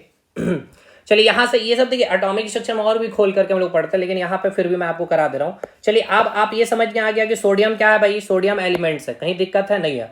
सोडियम ये जेड जो रिप्रेजेंट कर रहा होता है एटॉमिक नंबर यानी परमाणु संख्या, और ए जो रिप्रेजेंट करता है एटॉमिक मास यानी कि द्रव्यमान संख्या, सॉरी द्रव्यमान को रिप्रेजेंट करता है, यानी परमाणु के द्रव्यमान को रिप्रेजेंट करता है।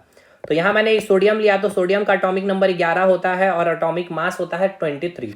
अब ध्यान रखिएगा, ये जो आपका सोडियम है, सोडियम का एक एटम है, यानी ये मैंने एक एटम लिया, ठीक। तो एटम्स जब और भी फर्दर हमने स्टडी किया, डाल्टन ने जो थ्योरी दिया, उसके बाद फिर रदरफोर्ड आए, उन्होंने स्टडी करके बताया कि जो एटम है, एटम्स के अंदर प्रेजेंट होता है एक न्यूक्लियस, ठीक है, और इस न्यूक्लियस के चारों ओर बहुत सारे कक्षा ऑर्बिट प्रेजेंट होते हैं जहां पे आपका इलेक्ट्रॉन घूम रहा होता है, और इस न्यूक्लियस के अंदर प्रेजेंट होता है आपका न्यूट्रॉन और प्रोटॉन, ठीक है। और ये जो आपका एक एटम का जो मैंने लिया है सोडियम, तो ये सोडियम का जो भी भार है वो डिपेंड करता है कि इस न्यूक्लियस में कितने नंबर ऑफ न्यूट्रॉन है और प्रोटॉन है। उन्होंने बम्बार्डिंग किया था तो यहाँ से जो देखा कि अल्फा पार्टिकल बाहर निकल गया, लेकिन जब केंद्र में आया तो वो अल्फा पार्टिकल वापस बैक कर गया, यानी कि पूरा का पूरा जो एटम का जो भार होता है वो कहाँ होता है, न्यूक्लियस पे ही केंद्रित होता है, यानी कि सेंटर पे केंद्रित होता है, यानी कि कितने नंबर ऑफ न्यूट्रॉन होता है और कितने नंबर ऑफ प्रोटॉन होता है एक एटम के अंदर, वही डिसाइड करता है कि उसका भार कितना होगा, ठीक है। ये सब एटॉमिक स्ट्रक्चर का पार्ट है, बट फिर भी मैंने एक्सप्लेन कर दिया। अब आइए, सोडियम का जो एटॉमिक नंबर है कितना है, सोडियम का एटॉमिक नंबर 11 है और एटॉमिक मास 23 है। तो सबसे पहला तो मैं अगर आपसे पूछूं कि एटॉमिक नंबर बताइए, यानी कि परमाणु संख्या बताइए, परमाणु संख्या कितना हो जाएगा? 11 हो जाएगा। ठीक है, ये हो गया 11। अगर मैं आपसे पूछूं एटॉमिक मास बताइए, यानी क्या बताइए? परमाणु द्रव्यमान बताइए, यानी परमाणु भार भी बोल सकते हैं, द्रव्यमान भी बोल सकते हैं, वो कितना हो जाएगा? 23। अब आपसे पूछा जाएगा नंबर ऑफ प्रोटॉन बताएं, नंबर ऑफ इलेक्ट्रॉन बताएं और नंबर ऑफ न्यूट्रॉन बताएं। ठीक है, तो अब ध्यान रखिएगा, ये जो है आपका एटॉमिक नंबर जिसको हम लोग जेड से रिप्रेजेंट करते हैं, और ये हो गया एटॉमिक मास। तो जितना जेड होता है उतना ही नंबर ऑफ प्रोटॉन होता है, उतना ही नंबर ऑफ इलेक्ट्रॉन होता है। ये न्यूट्रल केस है, यानी कि अगर उस एलिमेंट में कोई भी चार्ज नहीं है, पॉजिटिव नेगेटिव नहीं, तो सोडियम में कुछ भी नहीं है, तो नंबर ऑफ प्रोटॉन कितना होगा? जितना जेड है, तो जेड कितना? 11, यानी कि जितना एटॉमिक नंबर होता है उतना ही नंबर ऑफ प्रोटॉन होगा, उतना ही नंबर ऑफ इलेक्ट्रॉन होगा। किसके लिए? न्यूट्रल एटम अगर है तो। न्यूट्रल मतलब उदासीन, न्यूट्रल अगर एटम है, न्यूट्रल एटम है यानी कि अगर उदासीन परमाणु है। उदासीन परमाणु कहने का मतलब है कि उसके ऊपर कोई भी चार्ज नहीं है, ठीक है ना, no charge present, no charge, कोई भी आवेश इसके ऊपर उपस्थित नहीं होगा, ना ही पॉजिटिव ना ही नेगेटिव, कोई भी चार्ज इसके ऊपर उपस्थित नहीं, तो उसको हम लोग न्यूट्रल एटम कहेंगे। अब न्यूट्रॉन कैसे निकालते हैं? तो ए माइनस जेड कर देते हैं हम लोग। क्या करते हैं? ए माइनस जेड, यानी कि जो भार है उसमें हम लोग एटॉमिक नंबर माइनस कर देते हैं, तो 23 माइनस 11 यानी कितना हो गया? 12। यानी आपने क्या देखा? कितना प्रोटॉन है? 11 प्रोटॉन हो गया, और कितना न्यूट्रॉन है? 12 न्यूट्रॉन हो गया। ठीक है, 12 न्यूट्रॉन हो गया।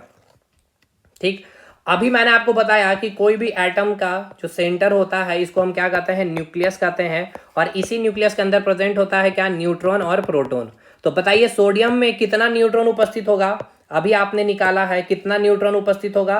12 न्यूट्रॉन और 11 प्रोटॉन, है ना, यानी कि इसके अंदर 11 प्रोटॉन और 12 न्यूट्रॉन उपस्थित होगा, और यही डिसाइड करेगा, यानी कि 11 प्रोटॉन प्लस 12 न्यूट्रॉन का जो मास होगा उतना ही मास क्या होता है? सोडियम का कितना होता है? 23।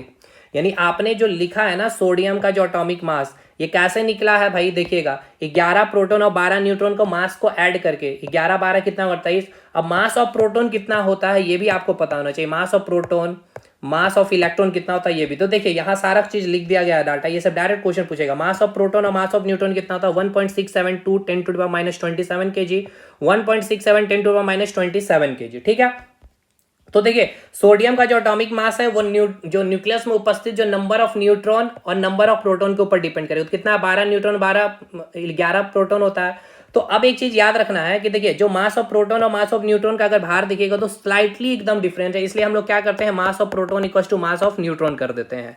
तो mass of proton equal to mass of neutron हो गया, तो 11 न्यूट्रॉन और 12 प्रोटॉन है, तो इसमें हम क्या करेंगे? दोनों को जोड़ लेंगे तो कितना आ जाएगा? 23 प्रोटॉन ले लीजिए या फिर 23 न्यूट्रॉन ले लीजिए, एक ही चीज होगा बात। 23 प्रोटॉन हो गया, तो 23 इंटू ये मास ऑफ प्रोटॉन ले रहे हैं, ठीक है, 1.67 टू 10⁻⁻27। आप न्यूट्रॉन लेना चाहिए वो भी ले लीजिए, दोनों इक्वल है, देख सकते हैं 1.67 टू 1.674, स्लाइटली डिफरेंस होता है। तो यहाँ पे हमने ले लिया केजी में और इसको हमने ग्राम में कन्वर्ट कर लिया। तो इस पूरे वैल्यू को हम लोग क्या बोल देते हैं? Atomic mass unit. इसलिए आप सोडियम का जब एटॉमिक मास लिखते हैं तो इस प्रकार से लिखते हैं 23 एटॉमिक मास यूनिट। इस एटॉमिक मास यूनिट का मतलब क्या है? ये मास ऑफ प्रोटॉन बोल सकते हैं या मास ऑफ न्यूट्रॉन होता है। ठीक है, यहां समझ में आया? तो आप इसको इस प्रकार से लिखते हैं। तो एटॉमिक मास यूनिट क्या होता है ये भी आपको समझ में आ गया है भाई। चलिए अब हम लोग आगे बढ़ते हैं यहां से। यहां तक क्लियर हो गया भाई? चलिए यहां तक सारी चीजें क्लियर है। अच्छा, मास ऑफ इलेक्ट्रॉन भी याद रखिएगा, जो इलेक्ट्रॉन का मास होता है 9.1 10⁻20 31 kg होता है। यहां तक बातें क्लियर है? ये सारी चीजें हमने आपको निकाल के बता दिया भाई। चलिए अब आते हैं इसके डेफिनेशन पे, फिर से हम लोग आते हैं वापस। चलिए यहाँ पे हम लोग सारी चीजों को क्लियर कर ले रहे हैं ताकि अब यहाँ पे हम लोग मोल के कंसेप्ट को यूज करना सीख सकें। चलिए भाई यहाँ पे स्पेस लिया जाएगा। देखिए यहाँ पे ये काफ़ी इंपॉर्टेंट सेशन रहा है भाई आज का, क्योंकि ये वो सेशन है जिसमें देखिए ना तो स्टूडेंट मेहनत करना चाहते हैं ना ही टीचर मेहनत करना चाहते, क्योंकि ये चीज़ को समझाना काफ़ी टिपिकल हो जाता है और समझना भी। लेकिन मैंने बहुत कोशिश की कि एकदम बेसिक से चीज़ों को समझाऊं। देखिए क्या बोला गया है आप समझ पाएंगे अब मोल के डेफिनेशन को। मोल का डेफिनेशन को अब आप समझ पाएंगे। इसको हटा लिया जाए भाई। चलिए अच्छे से समझना है अब आपको। एक मिनट भाई, एक मिनट का समय लेंगे, इसे हटा ले रहे हैं। चलिए हाँ, तो हमने ये बोला मोल के कंसेप्ट को समझते। देखिए क्या लिखा गया, किसी पदार्थ का, समझ में आ रहा कि किसी पदार्थ का मतलब कि कोई भी केमिस्ट्री में आपका पास पदार्थ हो सकता है, सोडियम हो सकता है, कार्बन डाइऑक्साइड गैस हो सकता है, लिक्विड में वाटर जल हो सकता है, मरकरी हो सकता है, कुछ भी हो सकता है। केमिस्ट्री पढ़ रहे ना भाई, तो ठीक है, मोल पढ़ रहे केमिस्ट्री में हम लोग। तो किसी पदार्थ का मोलर द्रव्यमान या अणुभार, अब समझिए, ये आप पढ़ लिए, अब समझिएगा। मोलर द्रव्यमान अणुभार मतलब समझ रहे हैं, अणु, अणु मतलब ग्रुप ऑफ एटम, यानी कि ये जो पेन है आपका, इस पेन में क्या है, छोटे छोटे एटम है। तो कितना एटम है, मैंने बोला था ना 30 एटम है, तो 30 एटम क्या हो गया, एक ग्रुप हो गया, यानी कि अणु बन गया है। तो इस 30 एटम का जो भार होगा वही तो पेन का भार होगा ना, यानी कि ये सोडियम है, तो इस सोडियम में मान के चलते हैं 3 4 5 6 7 8 9 10 एटम प्रेजेंट है, ठीक है। कितना एटम प्रेजेंट है, 10 एटम है, तो 10 एटम का ग्रुप बन गया, यानी क्या बन गया, अणु बन गया है। तो ये 10 एटम का जो भार होगा, यानी ये इसको, ये फिर से लिख रहा हूं, देखिएगा अच्छे से, यानी ये जो 10 एटम का क्या होगा, भार होगा जो, और यही 10 एटम का ग्रुप को हम क्या कहते हैं, अणु कहते हैं। तो ये अणुभार नहीं हो गया, यानी 10 एटम का जो भार होगा वही सोडियम का भार होगा। तो आप इसको भी बोल सकते हैं ना कि कुल परमाणु का भार, या फिर आप ऐसे बोलिए कि सारे एटम के ग्रुप को हम अणु बोल देते, तो उस अणु का जो भार है वही क्या होगा, इस सोडियम का भी भार हो जाएगा, होगा ना भाई। जैसे पेन के 30 जो पार्टिकल्स के भार होंगे वही टोटल सोडियम का भार होगा। तो ये 10 एटम, यानी कि ये जो अणु है, ग्रुप ऑफ एटम को अणु कहते थे, इस अणु का जो भार है वही सोडियम का भार होगा, ठीक है। तो जो भी पदार्थ है, सोडियम अगर है तो सोडियम का जो मोलर द्रव्यमान, मोलर द्रव्यमान मतलब आप समझ में आ गया कि उसमें उपस्थित जो एटम है, और एटम के उपस्थित जो न्यूक्लियस में न्यूट्रॉन और प्रोटॉन की संख्या का जो मास होता है वही एटम का एक मास होता है, ठीक। तो उस पदार्थ का जो मोलर द्रव्यमान है, पदार्थ का जो मोलर द्रव्यमान है यौगिक के एक मोल का, आप समझिएगा, देखिए यहां एक वर्ड इस्तेमाल किया गया है यौगिक। यौगिक कहने का मतलब क्या होगा, कंपाउंड, यानी कि उसमें डिफरेंट एटम उपस्थित होंगे, ठीक है। तो पदार्थ में आपका एलिमेंट भी आ सकता है, यौगिक भी आ सकता है। तो किसी पदार्थ का मोलर द्रव्यमान यौगिक के एक मोल, यानी कि यौगिक का जो एक मोल होगा, ठीक है, एक मोल जो होगा इक्वल्स टू, लिखा जा रहा है क्या, कि वो जो यौगिक है, ठीक है ना, यौगिक मतलब आप समझ रहे हैं ना, डिफरेंट एटम होगा, टू डिफरेंट, एक मैं ग्रीन ले रहा हूं, एक मैं ब्लू ले रहा हूं, ठीक है। तो ये क्या हो गया, यौगिक हो गया। क्यों यौगिक हुआ, क्योंकि इसमें डिफरेंट एटम उपस्थित है, ठीक। तो यहां लिखा गया है जो यौगिक है, जो कंपाउंड के जो एक मोल है, यानी ये जो एक मोल है इस यौगिक के, यानी ये जो यौगिक, ये किसका हो सकता है, मान लेते हैं CO2 का मैंने लिया, कार्बन का एक मैंने ग्रीन से दिखा दिया है, और ऑक्सीजन का मैंने ब्लू कलर से दिखा दिया, ठीक है। 2 ऑक्सीजन आ गया यहाँ पे। तो इसका जो ग्राम में जो मास होता है वो 1 मोल के बराबर होता है, यानी ये CO2 का, अब समझिए यहाँ पे क्या बोला गया, मैं पूरा स्पेस क्लियर करता हूँ अच्छे से। अब आप इसके डेफिनेशन को अच्छी तरह से समझ पाएंगे, देखिएगा देखिएगा, ध्यान से समझिएगा इसको। देखिए भाई, यहाँ इस वर्ड को आपको ध्यान रखना है, क्या, जो यौगिक है, यौगिक का जो 1 मोल आएगा, यहाँ यौगिक भी लिख सकते हैं या फिर तत्व भी लिख सकते हैं या एलिमेंट भी लिख सकते हैं, ठीक है। एलिमेंट्स के 1 मोल का ग्राम में जो मास होता है, यानी कि देखिए जैसे यौगिक यानी H2O हो गया, ठीक है। तो आप एक बात बताइए, यहाँ पे कितने हाइड्रोजन के एटम होंगे, 2 हाइड्रोजन के एटम होंगे, और एक क्या होगा, ऑक्सीजन का एटम होगा। ये मैं लिख दे रहा हूँ इस प्रकार से, हाइड्रोजन, ग्रीन कलर से लिखूंगा भाई, पूरे अच्छे से समझिए। ये हो गया हाइड्रोजन, ये हो गया हाइड्रोजन, और ये हो गया आपका ऑक्सीजन है। तो इसके जो न्यूक्लियस में उपस्थित, यानी कि इसको मैं अच्छे से और फिगर में बना के दिखाऊं इस हाइड्रोजन के, तो इसके न्यूक्लियस में उपस्थित होंगे क्या, न्यूट्रॉन और प्रोटॉन। इसके भी हाइड्रोजन के न्यूक्लियस में उपस्थित होंगे ना भाई, न्यूट्रॉन और प्रोटॉन। और इस ऑक्सीजन में भी एटम के न्यूक्लियस में क्या उपस्थित होगा, न्यूट्रॉन और प्रोटॉन, ठीक है। यानी आपको अभी मैंने बताया है कि कोई भी एटम का जो भी मास होगा या जो भी अनुभार होगा वो किसके ऊपर डिपेंड करता है, बताइएगा, वो किसके ऊपर डिपेंड करता है। यहाँ मैं ऑक्सीजन लिख दे रहा हूँ येलो कलर से ताकि पहचान पाए। वो किसके ऊपर डिपेंड करता है, वो डिपेंड करता है कि उसके न्यूक्लियस में जो उपस्थित न्यूट्रॉन और प्रोटॉन की संख्या पे, ठीक है। अब जैसे हाइड्रोजन की बात की जाए तो हाइड्रोजन का 1 होता है, एटॉमिक नंबर 1, एटॉमिक मास 1। तो भाई इसका नंबर ऑफ न्यूट्रॉन पहले बताइए, नंबर ऑफ, पूरा मैं बेसिक कर दे रहा हूँ, नंबर ऑफ न्यूट्रॉन, पहले नंबर ऑफ प्रोटॉन बताइए और नंबर ऑफ न्यूट्रॉन बताइए। प्रोटॉन कितना होगा, जितना एटॉमिक नंबर 1 है। नंबर ऑफ न्यूट्रॉन क्या जाएगा, 0, 1 - 1 0। यानी इसका जो यहाँ पे आपका जो भार है, यहाँ पे वैल्यू आएगा, मैं यहाँ फिर से एक फिगर बना दे रहा हूँ इसका, ठीक है। इस न्यूक्लियस में कितना है, 1 न्यूट्रॉन केवल उपस्थित होगा। कितना उपस्थित होगा, 1 न्यूट्रॉन, प्रोटॉन होगा नहीं। इसमें भी क्या होगा, सेम है, हाइड्रोजन है तो इसमें यहाँ भी वही चीज आएगा आपका। यहाँ पे भी इसके न्यूक्लियस में कितना होगा, 1 न्यूट्रॉन उपस्थित होगा, ठीक है। कितना उपस्थित होगा, 1 न्यूट्रॉन उपस्थित होगा। अब इस केस में देखिएगा इस केस में आपका क्या ऑक्सीजन का ये न्यूक्लियस है। तो ऑक्सीजन की बात की जाए तो ये हो गया 8 और ये हो गया 16। तो प्रोटॉन की संख्या कितनी हो गई, 8 हो गए, और न्यूट्रॉन की संख्या कितना जाएगा, 16 माइनस 8 यानी कि 8। यानी यहाँ पे 8 न्यूट्रॉन और 8 प्रोटॉन है, ठीक है।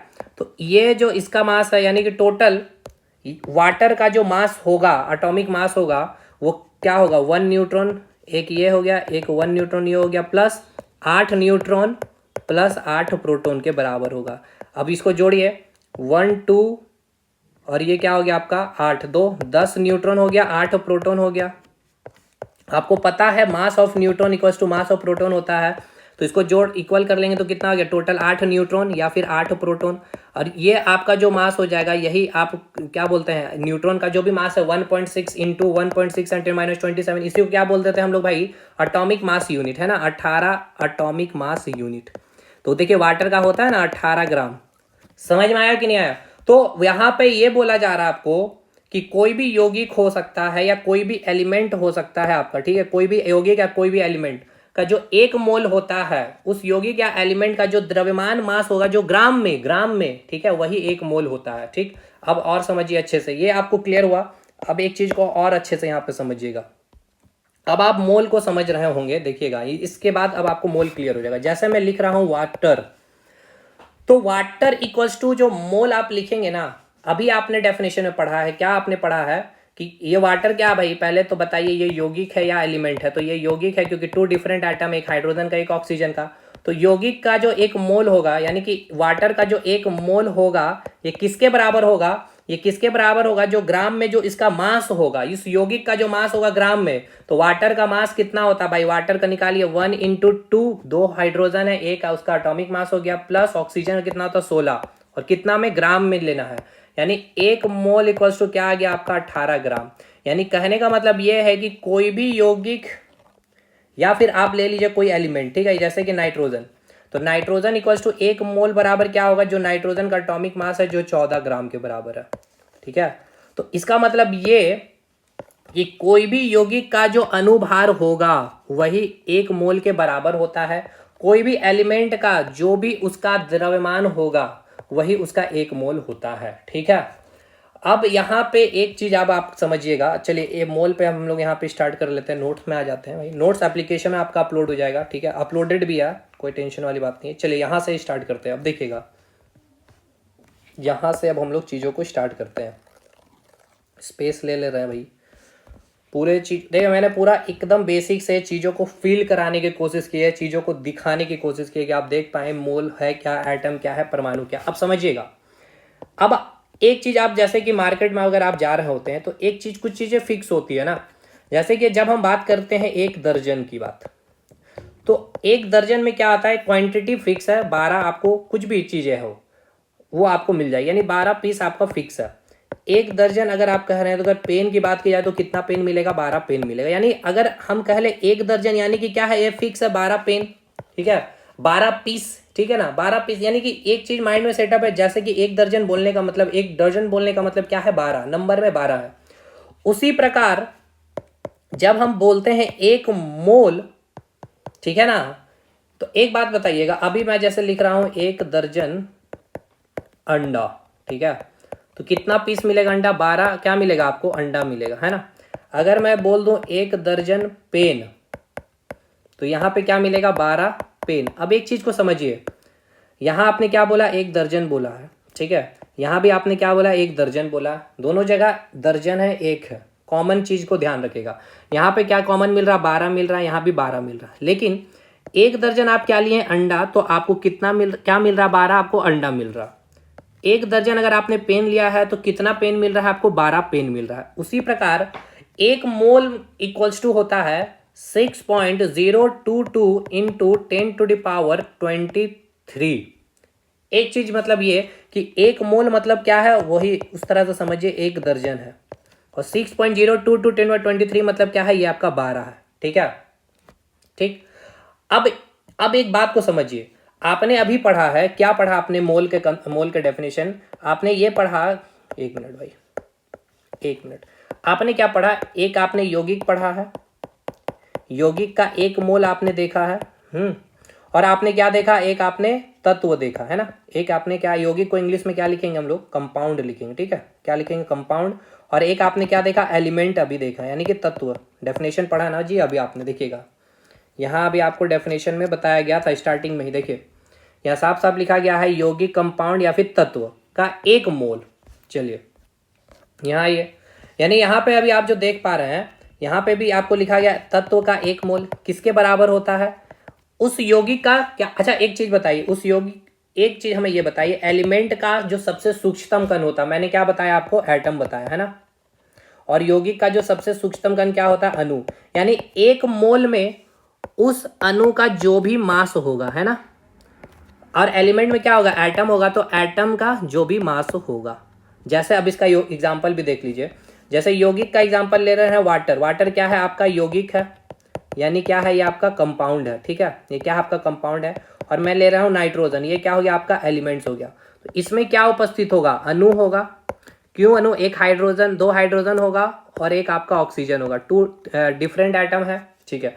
अगर यहाँ पे बात किया जाए तो यहाँ पे क्या होगा आपका, यहाँ पे आपका एटम होगा, यहाँ क्या होगा आपका एटम होगा, यानी क्या होगा यहाँ पे परमाणु होगा। क्यों, क्योंकि यहाँ पे भाई similar types of he atom होंगे जो नाइट्रोजन के होंगे, ठीक है, क्लियर है।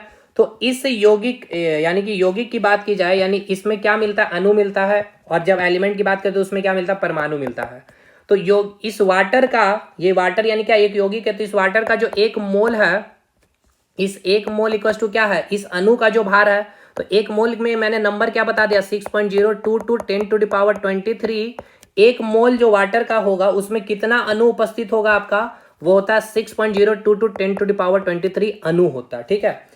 अब आइए, अब जैसे मैंने नाइट्रोजन की बात की है, तो नाइट्रोजन को मैंने क्या बोला, इसका जो स्मॉलेस्ट यूनिट होगा वो क्या होगा, एटम होगा। तो 1 मोल ऑफ नाइट्रोजन में क्या होगा, 6.022 10⁻23 क्या होगा, उपस्थित एटम उपस्थित होगा। यानी आप यहाँ पे ये समझ लिए कि ये जो आप वाटर का जो आप बना रहे थे, एक हाइड्रोजन और एक हो गया आपका ऑक्सीजन, ठीक है, यही है ना भाई।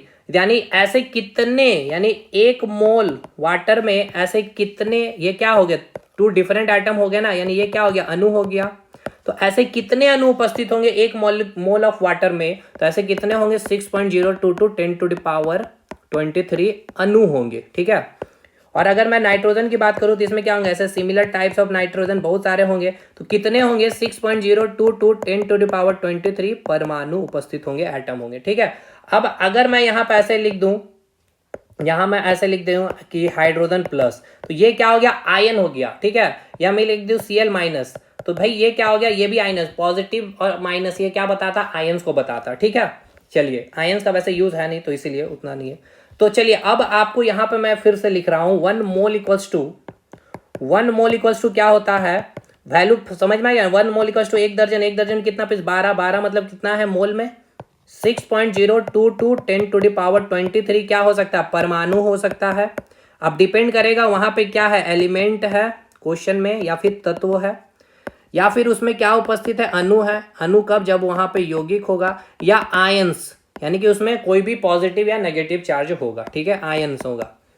तो एक मोल इक्वल टू क्या होता है, 6.022 10⁻23 परमाणु, अणु या फिर आयंस होता है। समझ में आया। चलिए आइए फिर से एक बार हम लोग देखते हैं। यहां देखिए लिखा क्या गया है, 1 मोल इक्वल्स टू, यानी कि जिस प्रकार से एक दर्जन की जो बात करते हैं वही हो गया एक मोल, एक दर्जन, 12 पीस, यानी 6.022 10⁻23 फिक्स है। अब डिपेंड करेगा कि आपने अंडा लिया है तो मॉलिक्यूल्स कह रहे होंगे। अगर अब एक चीज और समझिए, जैसे यहाँ पे जैसे और भी मैं चीजें क्लियर कर दे रहा हूँ, देखिएगा एक वर्ड अगर मैं जैसे बताया आपको, एलिमेंट्स, ठीक है, तत्व, यानी कि सिमिलर टाइप्स ऑफ एटम है, यानी एक प्रकार के एटम, यानी आलू की सब्जी हो गई। केवल सब्जी में क्या, देखिए है तो ये सब्जी, लेकिन इसमें क्या मिल रहा है, केवल आलू मिल रहा है, ठीक है, क्या मिल रहा है, आलू मिल रहा है। और एक आपने देखा यौगिक, यानी कि कंपाउंड, यानी ये हो गया आपका मिक्स भेज, यानी है तो ये भी भेज सब्जी, ये भी है भाई सब्जी, यानी मिक्स है, यानी कि इसमें बहुत सारी चीजें, आलू भी होगा, गोभी भी होगा, गाजर भी होंगे, ये सारी चीजें होंगे, ठीक है। तो यानी डिफरेंट टाइप्स ऑफ एटम, यानी ये इसका सूक्ष्मतम कण अणु हो गया, और इसका सूक्ष्मतम कण केवल इसमें आलू ही मिलेगा, यानी एटम्स हो गया, ठीक है। तो उसी प्रकार 1 मोल इक्वल्स टू, देखिएगा यहाँ पे 1 मोल इक्वल्स टू क्या यहाँ पे लिखा गया, 6.022 10⁻23 अणु है। अगर सब्जी होगा तो अणु है, मिक्स वेज है तो अगर केवल सिमिलर सब्जी है आलू का तो परमाणु एटम हो गया और आयन। तो कितना अणु उपस्थित है, यानी कि जब यौगिक रहेगा तो उसमें पूछेगा आपको अणु, या अगर एलिमेंट रहेगा तो उसमें पूछेगा एटम, अगर उसके ऊपर कोई चार्ज रहेगा तो आपसे पूछेगा कितना आयन्स उपस्थित है। तो 1 मोल में तो भाई इतना फिक्स है। अब वो आपको मैं अभी न्यूमेरिकल्स करवाता हूं तो आपको चीजें समझ में आएगी, ठीक है ना। यहां तक बताइएगा चीजें समझ में आई कि नहीं आई भाई बताइएगा। चलिए अब हम लोग इसका 1-2 न्यूमेरिकल्स पहले करते हैं, ठीक है। इसके बाद सेशन कल हम लोग आगे कंटिन्यू करेंगे, पहले न्यूमेरिकल्स कंटिन्यू करते हैं यहाँ से आगे। देखिएगा एक क्वेश्चन आपको दिया गया, यहाँ पे क्या दिया गया, क्वेश्चन बोला गया 1 ग्राम हाइड्रोजन में कितने अणु होते हैं, ठीक है। अब यहाँ मैंने जैसे बोला था कि यहाँ पे आप क्या लेंगे, हाइड्रोजन मतलब Hb या फिर H2, क्या लेना होगा आपको ये बताइए। तो आपको समझना है कि यहाँ पे आपको क्या पूछा है, कितने अणु होते हैं, या फिर यहाँ पे आपसे पूछा है कि कितने परमाणु होते हैं, या फिर आपसे पूछा आयन, क्या पूछा है ध्यान दीजिए, परमाणु, आयन या फिर अणु। आपसे पूछा है अणु, देखिए यहाँ साफ साफ लिखा गया, इंग्लिश में पढ़ रहे हैं कि इन 1 gram hydrogen how much molecules present, ठीक है, how much molecules present in 1 gram hydrogen. Question English में यह है how much molecules present in 1 gram hydrogen, यानी कि 1 ग्राम हाइड्रोजन में कितने अणु उपस्थित है। तो भाई देखिए आप H अगर लेते हैं तो H अगर लेंगे, ठीक है, ये आपका H हो गया, तो आप इसको तोड़ते जाएंगे तो इसका जितने भी पार्टिकल कण मिलेगा, ये कण 1 2 3 कितने भी मॉलिक्यूल्स होंगे, छोटे छोटे जितने भी आइटम्स होंगे, ये सारे क्या होंगे, एक हाइड्रोजन ही मिलेगा, है ना। यानी अगर मैं एक हाइड्रोजन आइटम ले रहा हूं इस प्रकार से, H लिया हूं, यानी एक हाइड्रोजन मिला है, यानी ये क्या हो गया, एक अकेले तो इसको हम एटम ही कहेंगे ना, लेकिन अगर मैं यहाँ लिख दूं H2, यानी एक H हो गया, एक H, इसका एक एटम हो गया और इसका एक एटम हो गया, यानी ये क्या बन गया, ग्रुप ऑफ एटम नहीं बन गया, यानी ये क्या बन गया, अणु। और आपसे पूछा अणु, यानी आप फॉर्मूला क्या यूज करेंगे, H2 यूज करेंगे। तो आपसे अब पूछ रहा है कि इस H2 के अंदर कितने अणु उपस्थित है, यही ना पूछ रहा है, 1 ग्राम हाइड्रोजन में, यानी 1 ग्राम H2 में कितने अणु मॉलिक्यूल्स उपस्थित है। तो कैसे बनाएंगे, चलिए इसको बनाते हैं। अभी समझ में आया ना कि हम लोग क्या लेंगे, H लेंगे या H2, कैसे समझे भाई, H है तो भाई इसका एक एटम आया, H2 है तो 2 हाइड्रोजन, इसका एक एटम आ गया, इस तो ग्रुप ऑफ एटम बन गया, तो ये क्या हो गया, अणु। तो इसलिए फॉर्मूला क्या होगा हमारा, H2 होगा। अब बनाते हैं 1 ग्राम हाइड्रोजन में कितने अणु उपस्थित होंगे। तो भाई एक चीज समझाइए, मैंने लिया H2, ठीक है, H2 का पहले हम लोग मॉलिक्यूलर मास निकालेंगे, यानी कि उसका जो अणुभार है, अणुभार मतलब क्या कि ये जो हाइड्रोजन है 2 हाइड्रोजन हो गया, ठीक है, ये 2 हाइड्रोजन हो गया तो ग्रुप ऑफ एटम बन गया है, तो एक ये क्या हो गया आपका अणु बन गया। तो इसका जो भार है, इसका भार कितना है तो बताइएगा। तो हाइड्रोजन का देखिए क्या होता है, एटॉमिक नंबर 1 और एटॉमिक मास 1 होता है, तो 1 हो गया एटॉमिक मास, और कितना हाइड्रोजन है, 2 है, तो यानी 2 ग्राम हो गया, ठीक है, 2 ग्राम क्या हो गया, इसका अणुभार हो गया। समझिएगा फिर से, हमने आपको डेफिनेशन में बताया था हाइड्रोजन 1 हो गया, यहाँ पे 2 हाइड्रोजन है, तो इसका एक एटम आ गया, इसका एक एटम आ गया, इसका एक न्यूक्लियस होगा, इस न्यूक्लियस में न्यूट्रॉन प्रोटॉन, इसमें न्यूट्रॉन प्रोटॉन, ठीक है, वही न्यूट्रॉन प्रोटॉन का जो मास है वही तो इस H2 का भी मास होगा, है ना। तो यहाँ पे क्या 2 एटम है ना, ग्रुप ऑफ एटम है, यानी क्या बन गया, अणु है, तो इसका ही अणु का हम लोग क्या निकालेंगे, अणुभार होता है। और ये जो अणुभार होता है 1 मोल इक्वल्स टू क्या होता है, अणुभारी होता है ना, बताइएगा, अणुभारी होता है उस यौगिक का। तो आप निकाल लिए H2 का अणुभार, आप निकाल लिए, यानी कि H2 का निकाल लिए 2 ग्राम इक्वल्स टू आप लिख सकते हैं 1 मोल, यानी आपने क्या लिखा 1 मोल इक्वल्स टू 2 ग्राम। बताइए लिख सकते हैं H2 के लिए कि नहीं बताइएगा। यानी आप एक बात बताइए, आप एक ही बात यहां से चीजों को क्लियर करते चलिए, H2 इक्वल्स टू कितना अणुभार आपने निकाला 2 ग्राम, 2 ग्राम इक्वल्स टू आप क्या लिख सकते हैं 1 मोल लिख सकते हैं। तो 1 मोल में कितना, अब देखिए ये H2 है, यानी क्या भाई अणु हो गया, ग्रुप ऑफ एटम है उपस्थित है, तो इसमें क्या उपस्थित है 1 मोल में कितना है अणु, 6.022 10 टू द पावर 23 अणु उपस्थित है। समझ में आया, तो इसका सही उत्तर क्या होगा 6.022 10 टू द पावर 23। अब अगला क्वेश्चन एक और करिए, तब चीजें और भी अच्छे से क्लियर होगी। देखिएगा यहां क्वेश्चन देखिए क्या बोला गया है, CO2 के 88 ग्राम में मौजूद अणुओं की संख्या क्या है। तो पहले तो आपको पता, देखिए यहाँ पे क्या लिखा, अणुओं की संख्या, यानी मॉलिक्यूल्स की संख्या। बोला गया इंग्लिश में find the number of molecules in 88 gram of carbon dioxide, ठीक।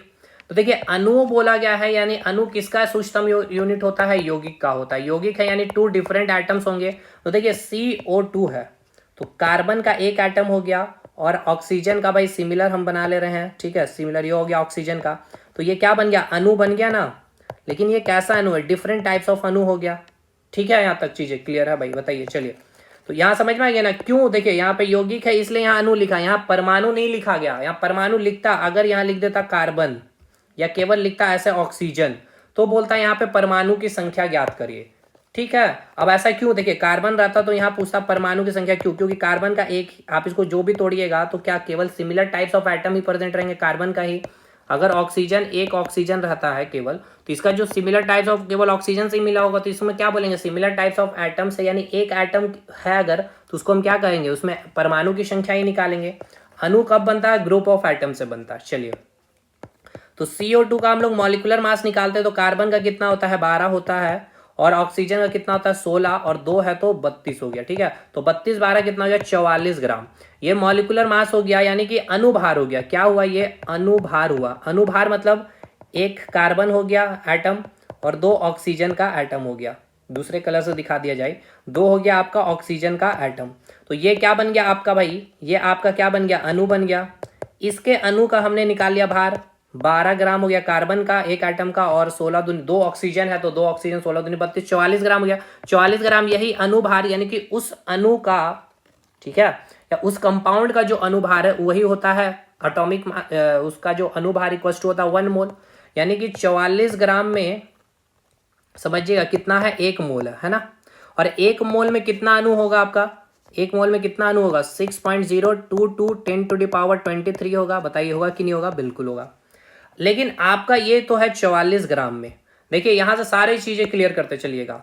आपसे क्या पूछा गया, अणुओं की संख्या, तो अगर अणु पूछेगा तो 6.022 10⁻23 अणु होगा, और यही 6.022 10⁻23 इक्वल टू 1 मोल होता है, क्योंकि 1 मोल इक्वल टू कितना अणु होता है, 6.022 10⁻23 होता है। ठीक है, लेकिन आपसे बोला गया 88 ग्राम, तो यहाँ 44 में अगर आप 2 से मल्टीप्लाई करिएगा तो ये 88 ग्राम नहीं हो जाएगा, बिल्कुल हो जाएगा ये 88 ग्राम। अगर यहाँ पे 2 से मल्टीप्लाई किए हैं आप, तो इसको भी आप 2 से मल्टीप्लाई करेंगे तो ये भी आपका क्या बन जाएगा, 2 मोल बन जाएगा। ठीक है सर, उसी प्रकार इसको भी आप 2 से मल्टीप्लाई करेंगे तो कितना हो जाएगा, 2 दूनी 4, 2 दूनी 4, 0, 2 छक 12.02 10⁻23। तो देखिए ये अगर ऑप्शन होता 12.004, कहीं ये नहीं है, देखिए यहाँ पे 2 मोल है आपका ऑप्शन में। समझ में आया। तो ये तरीका है कि आपको हर एक चीज आपको एक लाइन में मिल रहा है। अगर अणु की संख्या डायरेक्ट इसमें पूछता पावर में 10 टू द पावर में, तो ये होता 12.044 10⁻23। अब यहाँ पे डायरेक्ट मोल पूछ रहा है, हालांकि यहाँ पे पूछा जा रहा है मोल, और यहाँ लिख दिया गया है अणु, और ऑप्शन दिया गया है मोल की। ठीक है, यहाँ पे देना चाहिए था ऑप्शन 12.044 10⁻23। खैर देखिए आयोग का क्वेश्चन है, आयोग कुछ भी दिया जाए तो उसे सही माना जाएगा। ठीक है, समझ में आया। चलिए नेक्स्ट क्वेश्चन हम लोग फर्दर नेक्स्ट क्लास से करेंगे। आगे बहुत सारे क्वेश्चन है। देखिए एक तो आपके ये सारे प्रीवियस ईयर के क्वेश्चन भी कराया जाएगा सेशन में। इसके अलावे देखिएगा हमने स्पेशली क्वेश्चन बना कर रखा हुआ है भाई, बहुत शानदार लेवल पे क्वेश्चन है ये सारे, और ये सब सारे एनसीईआरटी एग्जाम्पलर के हैं। यहाँ टोटल आपको 12-13 क्वेश्चन एनसीईआरटी एग्जाम्पलर के, जो प्रैक्टिकली आपने जो अभी पढ़ा ना, तब जाकर के आप इस एनसीईआरटी एग्जाम्पलर के क्वेश्चन बना पाएंगे। चलिए मिलते हैं अगले वीडियो में, तब तक के लिए धन्यवाद।